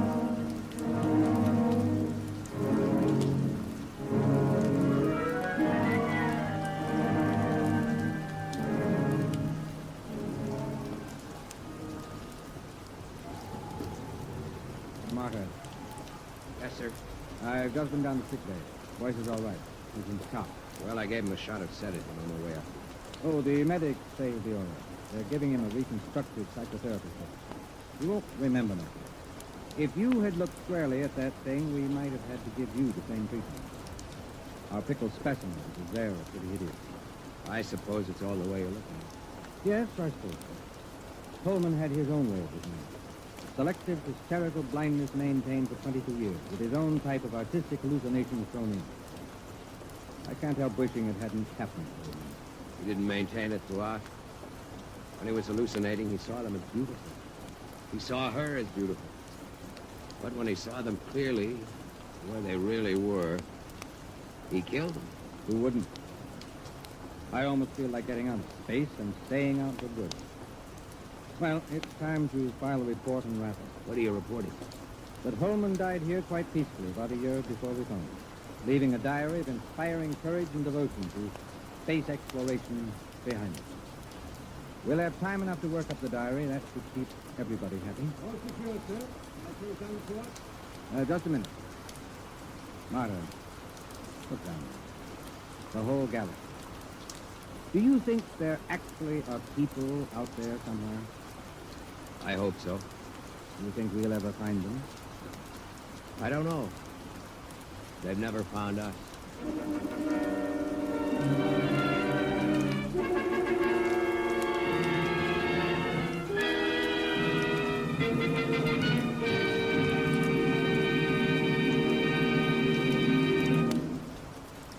just heard X-1, presented by the National Broadcasting Company in cooperation with Galaxy Science Fiction Magazine, which this month features Survival Type by J.F. Bone.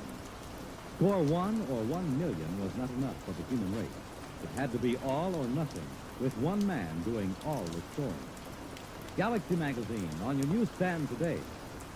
Tonight, X-1 has brought you Caretaker, a story from the pages of Galaxy written by James A. Schmidt and adapted for radio by Ernest Kenoy. Featured in the cast were Ted Osborne, Bill Lifton, Mason Adams, Raymond Edward Johnson, and Betty King. This is Fred Collins.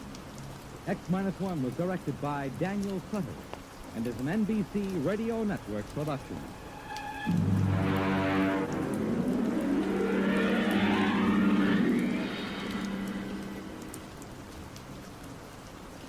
Polio is not over yet. A total of $46,900,000 is needed to continue the fight against this crippling disease. Thousands of polio victims are depending on you. Help finish the polio fight. Join the 1957 March to Dime. The world on a new hotline. Listen for news on the hour and the exciting hotline service all day, every day on most of these stations. In just a moment, X-1. But first, how does one man get himself into so many impossible situations? This is a question you'll probably ask yourself tomorrow night when you follow another hilarious adventure of Throckmorton P. Gildy. Yes, Gildy's eye for the ladies and his impulsive temperament managed to entangle him in a web of riotous circumstances.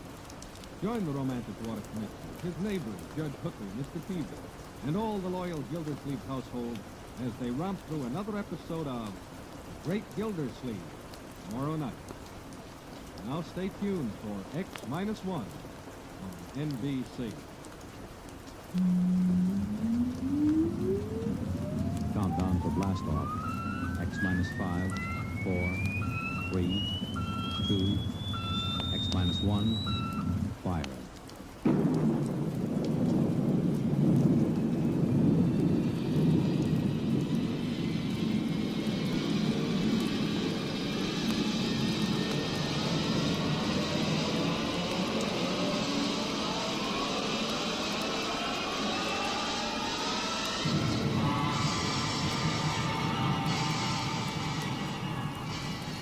From the far horizons of the unknown come transcribed tales of new dimensions in time and space.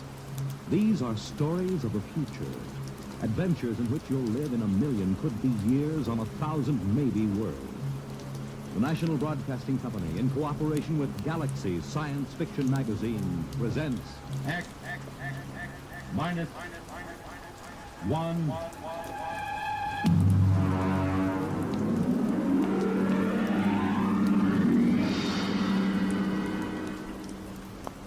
Tonight's story, The Cave of Night by James E. Gunn. Okay. Oh, yet of Hamlet, our dear brother, death the memory be made with. Anyway, how's it, okay? Okay. Check recording. I may go over a half hour. Make sure we got another reel of tape ready, okay? All right. Look, Bill, I've just put the segments of tape together for the next week's show. I'm going to record my narration, and we'll listen to it together tomorrow. I know this is unusual, but you're the producer, and I don't want you out on a limb that may be sawed off behind it. This week's show is liable to either win us every award from the Peabody to the Pulitzer Prize, or maybe put the network out of business. Okay, we start with the standard opening.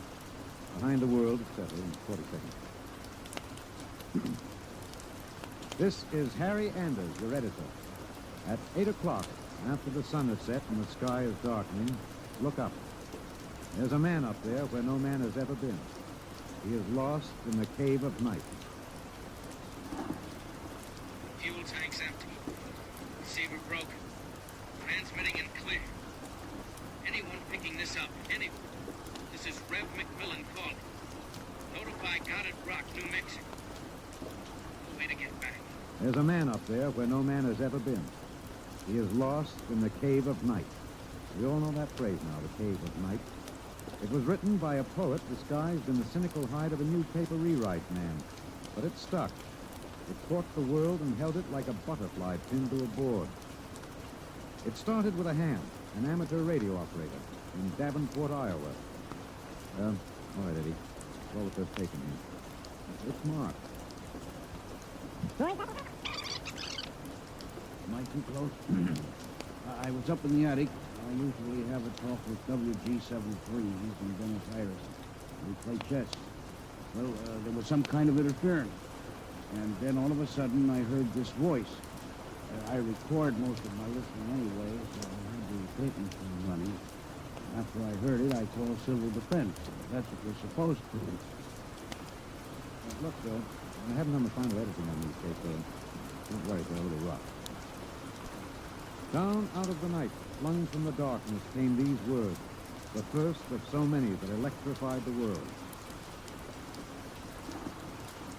Notify Goddard Rock, New Mexico. No way to get back. No way to get back. I'm stuck up here. No way to get down. What does it take to catch the pity of the world? A man wedged underground in Kentucky. A little girl in the bottom of a well. Somebody alive, waiting for rescue, with the days of his life numbered. Somebody somewhere waiting for us to get him out. The story broke in this morning paper. Orbiting 1,000 miles above our heads was a man, an officer of the United States Air Force in a fuelless spaceship. We're recording at the desk of Mike Bayless, senior night editor of the Continental Press National Wire. Yeah, you always get a reaction like this. I remember the Floyd Collins story in the 20s. Fellow trapped in that cave in Kentucky, remember? Most did. And the whole country hanging on to see if he could get out. Then there was that little girl stuck in the well. Kathy Christie? Yeah. We pulled all those stories out and put them on the wire for background. But this hit bigger. We got the first lead from an Air Force handout in New Mexico. They just said an experimental rocket failed to return to base. But by that time, the cat was out of the bag. Ham operators picked up those messages from Boston to Fairbanks, Alaska. Mr. Bayless, you first used the phrase, the cave of night, didn't you? Yeah, I guess so. I mean, you know, you gotta get a little purple on a thing like this.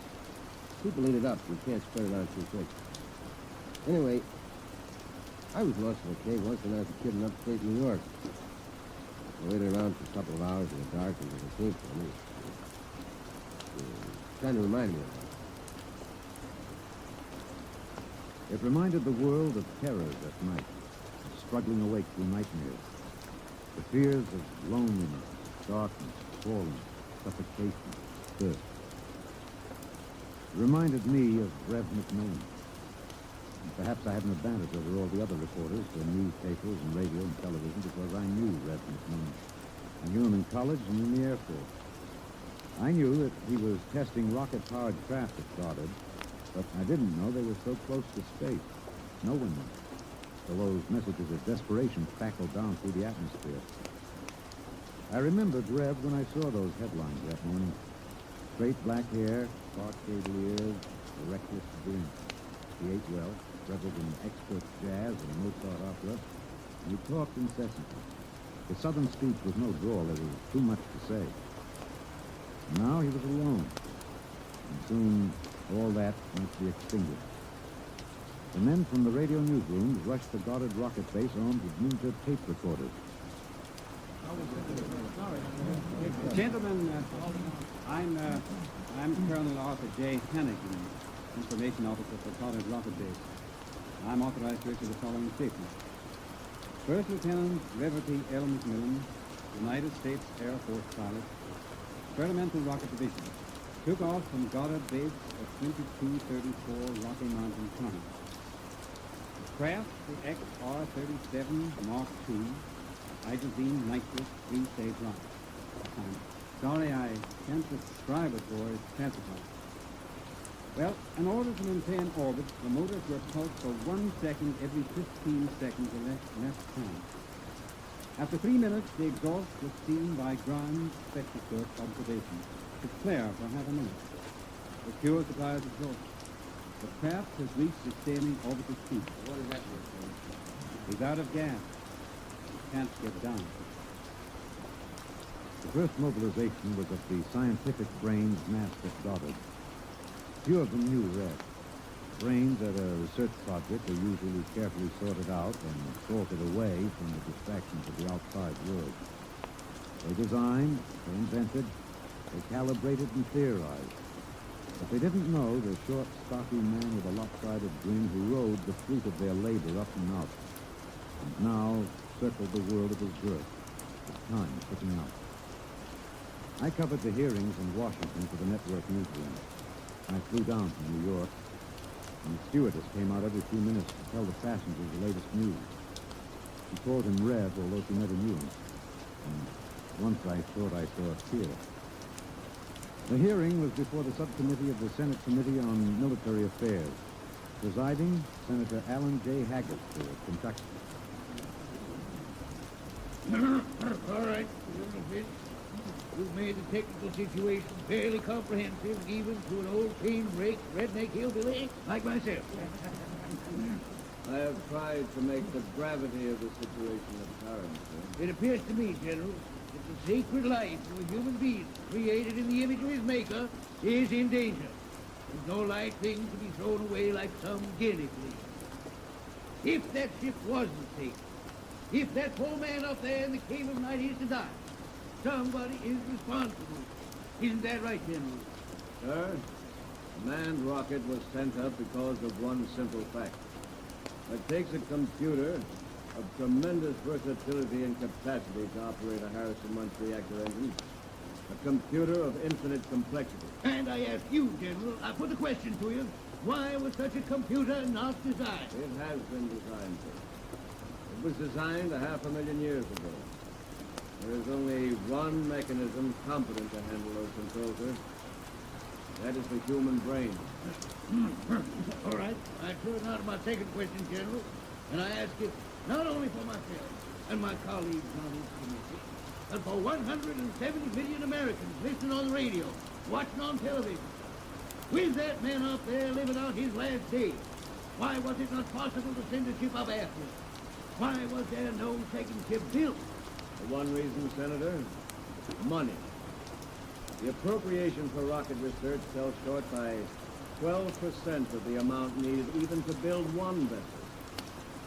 Well, frankly, gentlemen, the deficiency was made up by cutting corners and diverting funds from other projects. That is not the point, General. There's a man up there who's going to die. With the limited funds you gave us, we've done what we set out to do. We've demonstrated that space flight is possible, that a space platform is feasible. If there is any inefficiency, if there is any blame for what has happened, it lies at the door of those who lack the confidence and the courage and ability of their countrymen to fight free of Earth to their greatest glory. Senator, how did you vote on that?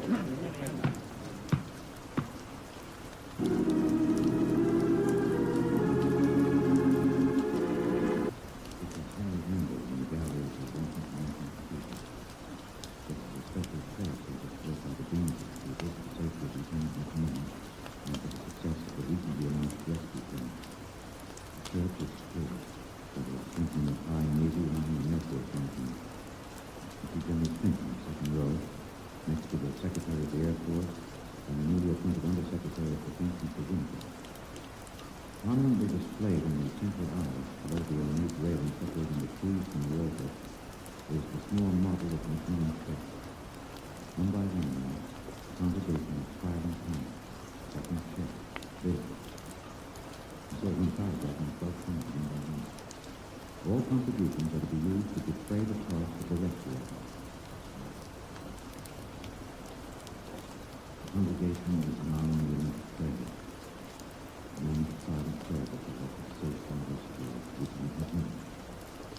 $1 billion was raised in 1 week from voluntary contributions. Another $1.5 billion was appropriated unanimously by Congress. The race began.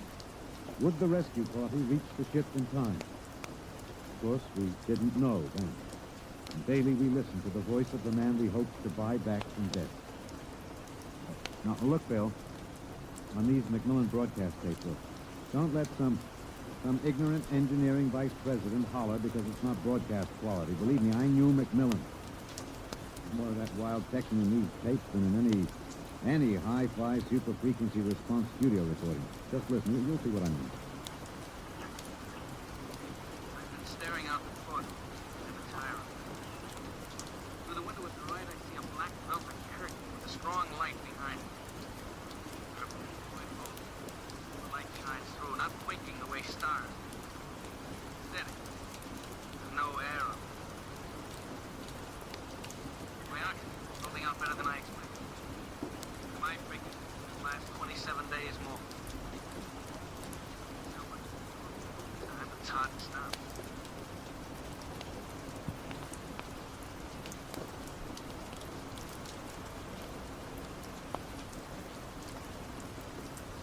Talking, I feel as if I'm still in touch with the Earth. Still one of them. Though I am way up here. Bad the receivers broke. Had to be one or the other. I'm glad it was the transmitter that came through all right. There's only one of me. There are billions of you to talk to. You can't see me now. You'll have to wait hours for the dawn. I'll have mine in a few minutes. That's the way he talked. And as we listened to the lonely voice from the night, the engineers, the scientists, the construction men worked round the clock. General Finch presented the problem in the pool interview. I asked questions for the combined networks that afternoon. Most of you heard the complete broadcast live as he briefed the world with the clipped, laconic delivery of the soldiers. There are two basic problems. We've recovered the first and second stages of the rocket. We've only to construct the third stage. The second problem is more difficult.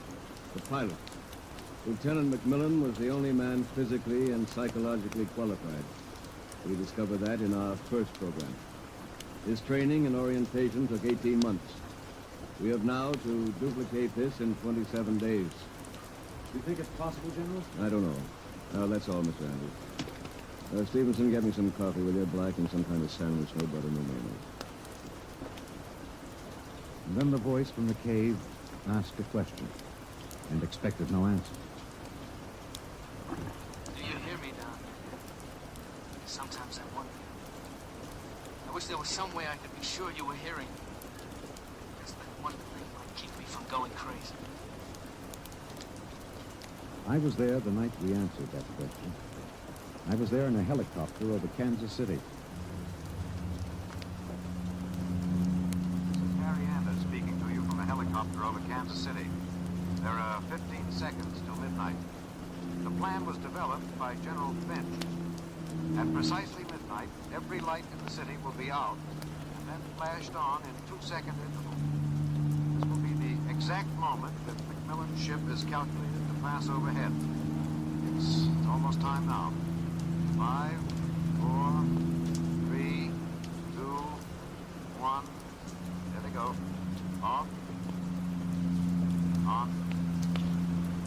Off. On. Off. On. I see it. I see it. Kansas City winking. Yes, I can see it. Nice. Nice. You're listening. I know that. I'm not alone. I'll never forget. I'm waiting for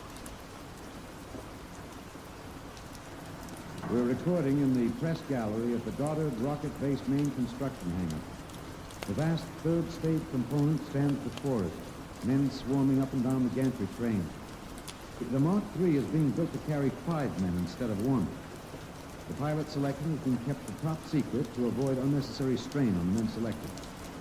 The latest progress report gives a possible margin of 6 hours between the launching of the rescue ship and the estimated exhaustion supply of oxygen to Lieutenant Macmillan. Now, the shift is changing now. The expert construction workers recruited from across the country by the combined efforts of the Air Force Personnel Service, the Atomic Energy Commission, and the International United Electrical Workers and United Auto Workers of the AFL-CIO. The margin is 6 hours. 6 hours between life and death for Lieutenant Reverdy L. McMillan. An hour ago, I saw the sun rise over Russia. Looks like any other land from here. Green where it should be green. Farther north, a sort of mud color. Then white where the snow is still deep. You wonder why we're so different when the land is the same. You think we're all the same children, the same mother planet. Who says we're different?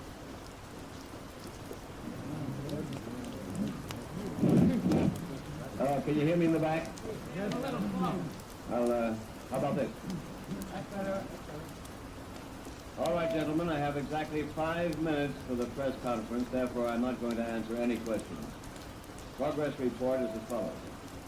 As a safety factor, we're constructing 2 complete 3-stage rockets and 6 additional 3rd-stage components. The telemetered reports from McMillan's ship have added important additional information, and the first of the rescue vessels should be ready to be launched at the estimated time, weather permitting. Now, don't ask for questions. Within certain limitations of air turbulence, the rocket will be ready to lift in time to save Lieutenant McMillan. 21 days. The air is bad tonight. I can't seem to get a full breath. It seems to stick in the lungs. It doesn't matter, though. But I wish you could see what I've seen. The vast, spreading universe around Earth like a bride in a soft veil. You know, then, that we belong out. Come out, mankind. Come out and see what I have seen.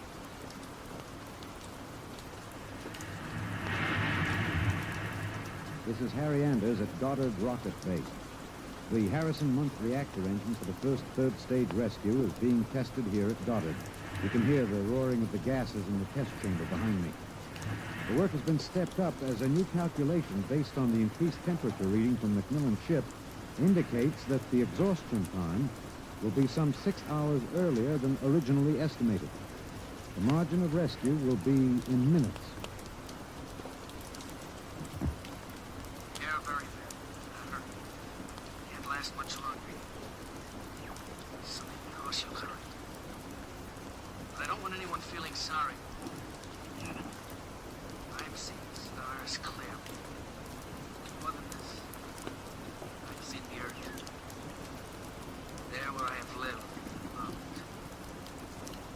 I have known it better than any man. And loved it better. And known its children better. Why? I have been entombed in the greatest conqueror earth ever bore. Do not disturb.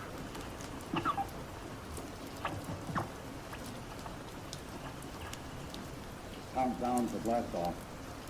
5, 4, 3, 2, 1.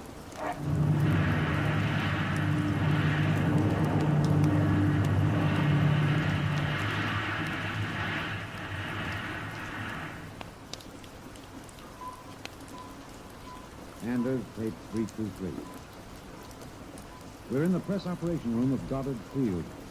The rescue rocket has been aloft 53 minutes plus. Its calculated time of arrival is 54 minutes. You will hear the voice of General Beauregard Finch on a direct pickup from the rescue vessel, which has been named unofficially the Lifesaver. Silent crowds have collected at the outer perimeter of the rocket base, as if by their presence they might help it. The next voice you hear will be General Finch aloft in the rescue ship. The voice quality may not be good. He's speaking over a throat mic in his pressure suit. Mark, Marina Base, this is Finch. We have just secured to the airlock of McMillan's ship. We're now entering the lock. The inner door is closed. I have closed the outer door. The inner door is cycling. Now it is open. The bulkhead to the control room is open.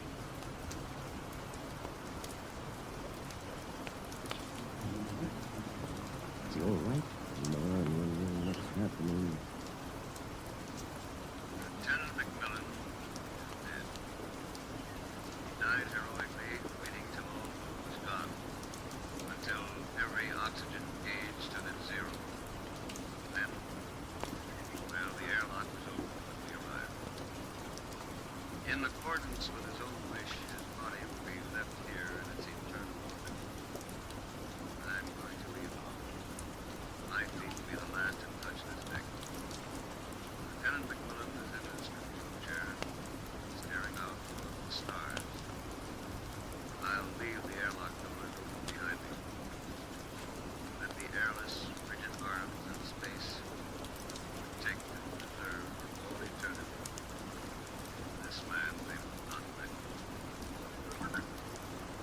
Well, that's the show, Bill.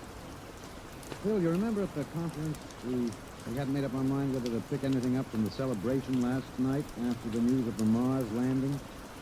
I said it was the right end for Rev McMillan's story. You said it was old stuff. Every kid knew the sequence. The ships built to rescue Rev, used to set up the satellite base, from the base to the moon and now to Mars. Well, I went out with a mini-tape last night, and I've got the end of the story. Here it is. This is Harry Anders in Times Square. The neon rocket ship at the top of the Times building has just flashed into brilliant light. The signal that the landing signal has been received from the rocket Rev McMillan III. Man has landed on Mars. And a holiday crowd here in Times Square is celebrating like 1,000 New Years rolled into one. I'm being tossed and pushed and slapped on the back all at once. Let's see what the man on the street thinks about man on Mars. You, sir, I'm broadcasting. No, how do you feel about it, sir? How do you feel tonight about man's conquest of space, of the planet? Leave me alone, I'm in a hurry. Just a few words of Look, you get your hands off me. Let go of me, I'm not in... Wait a minute, sir. Wait. Rev! Rev, come back here! Rev! You think I could listen to that voice over and over in the tape editing room and not know every vowel, every consonant? I'm telling you, Bill, I saw him. Rev McMillan. The black hair was gray and those blockade ears were pinned back, but that's a simple operation. I played that piece of tape over and over. It was Rev, I know it. He isn't up there. He's alive. We've got it, Bill. We've got it on our show. We'll break it. Rev McMillan is alive. I haven't written it yet, but we finish it off with this, with a question. Why did they announce he was dead? I'm in the tape editing room now. I've got the reel ready to record the answer. Hey, just a minute. I'm recording. You better see the page outside at the... Just a minute. I'll be through in a minute. Look, Bill, I've got the answer now. Last night, they landed on Mars. But that first ship, the one that circles up there now, there isn't anybody on it. There never was, except a 30 days recording and a transmitter. That's all.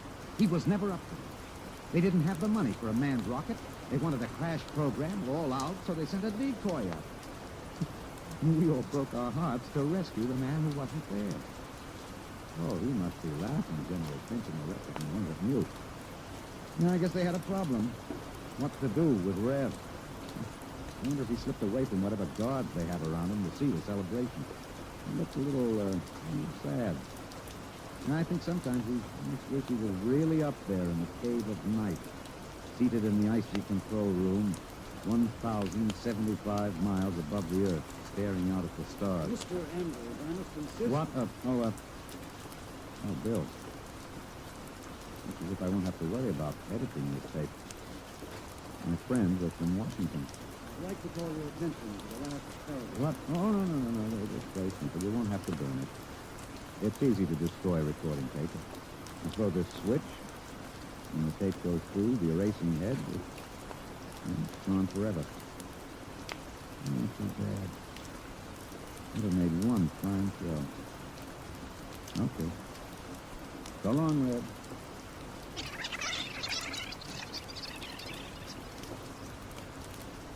You have just heard X-1, presented by the National Broadcasting Company in cooperation with Galaxy Science Fiction Magazine, which this month features an exciting serial, Slave Ship, by...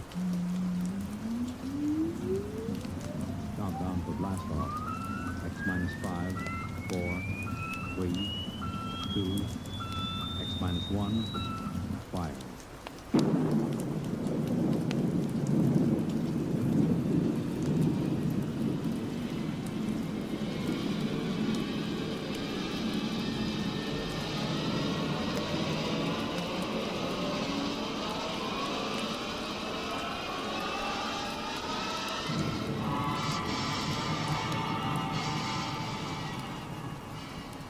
From the far horizons of the unknown come transcribed tales of new dimensions in time and space.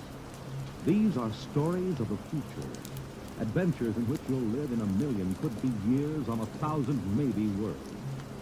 The National Broadcasting Company, in cooperation with Galaxy Science Fiction Magazine, presents X-1.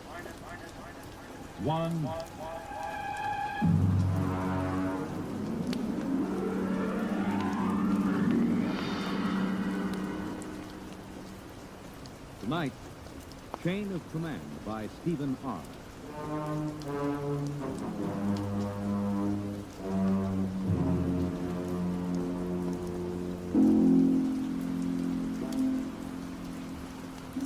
This is about George. He's a friend of mine. Lives right here at the Brookside Atomic Laboratory with his family. My name is Charlie Boyle. I'm a security guard here tonight. Been here now for, 20 years, I guess.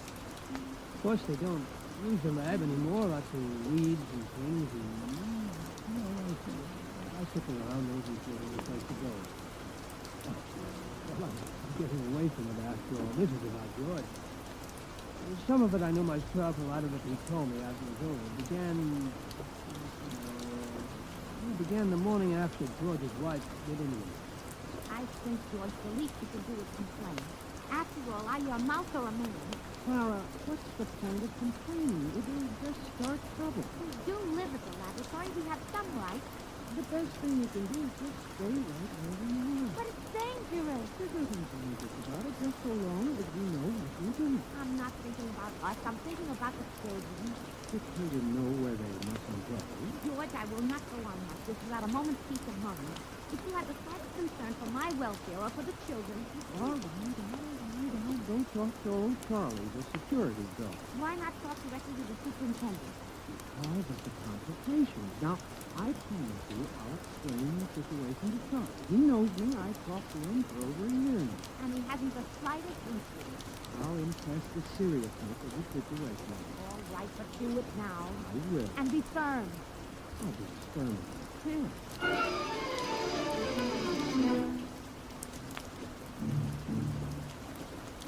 I was at my desk in the hallway. The place was deserted. I've always worked the night shift, except for my supervisor, Mr. Adams, who was in his office. The call wasn't late. And I was sort of dozing off when I heard George's voice in my ears.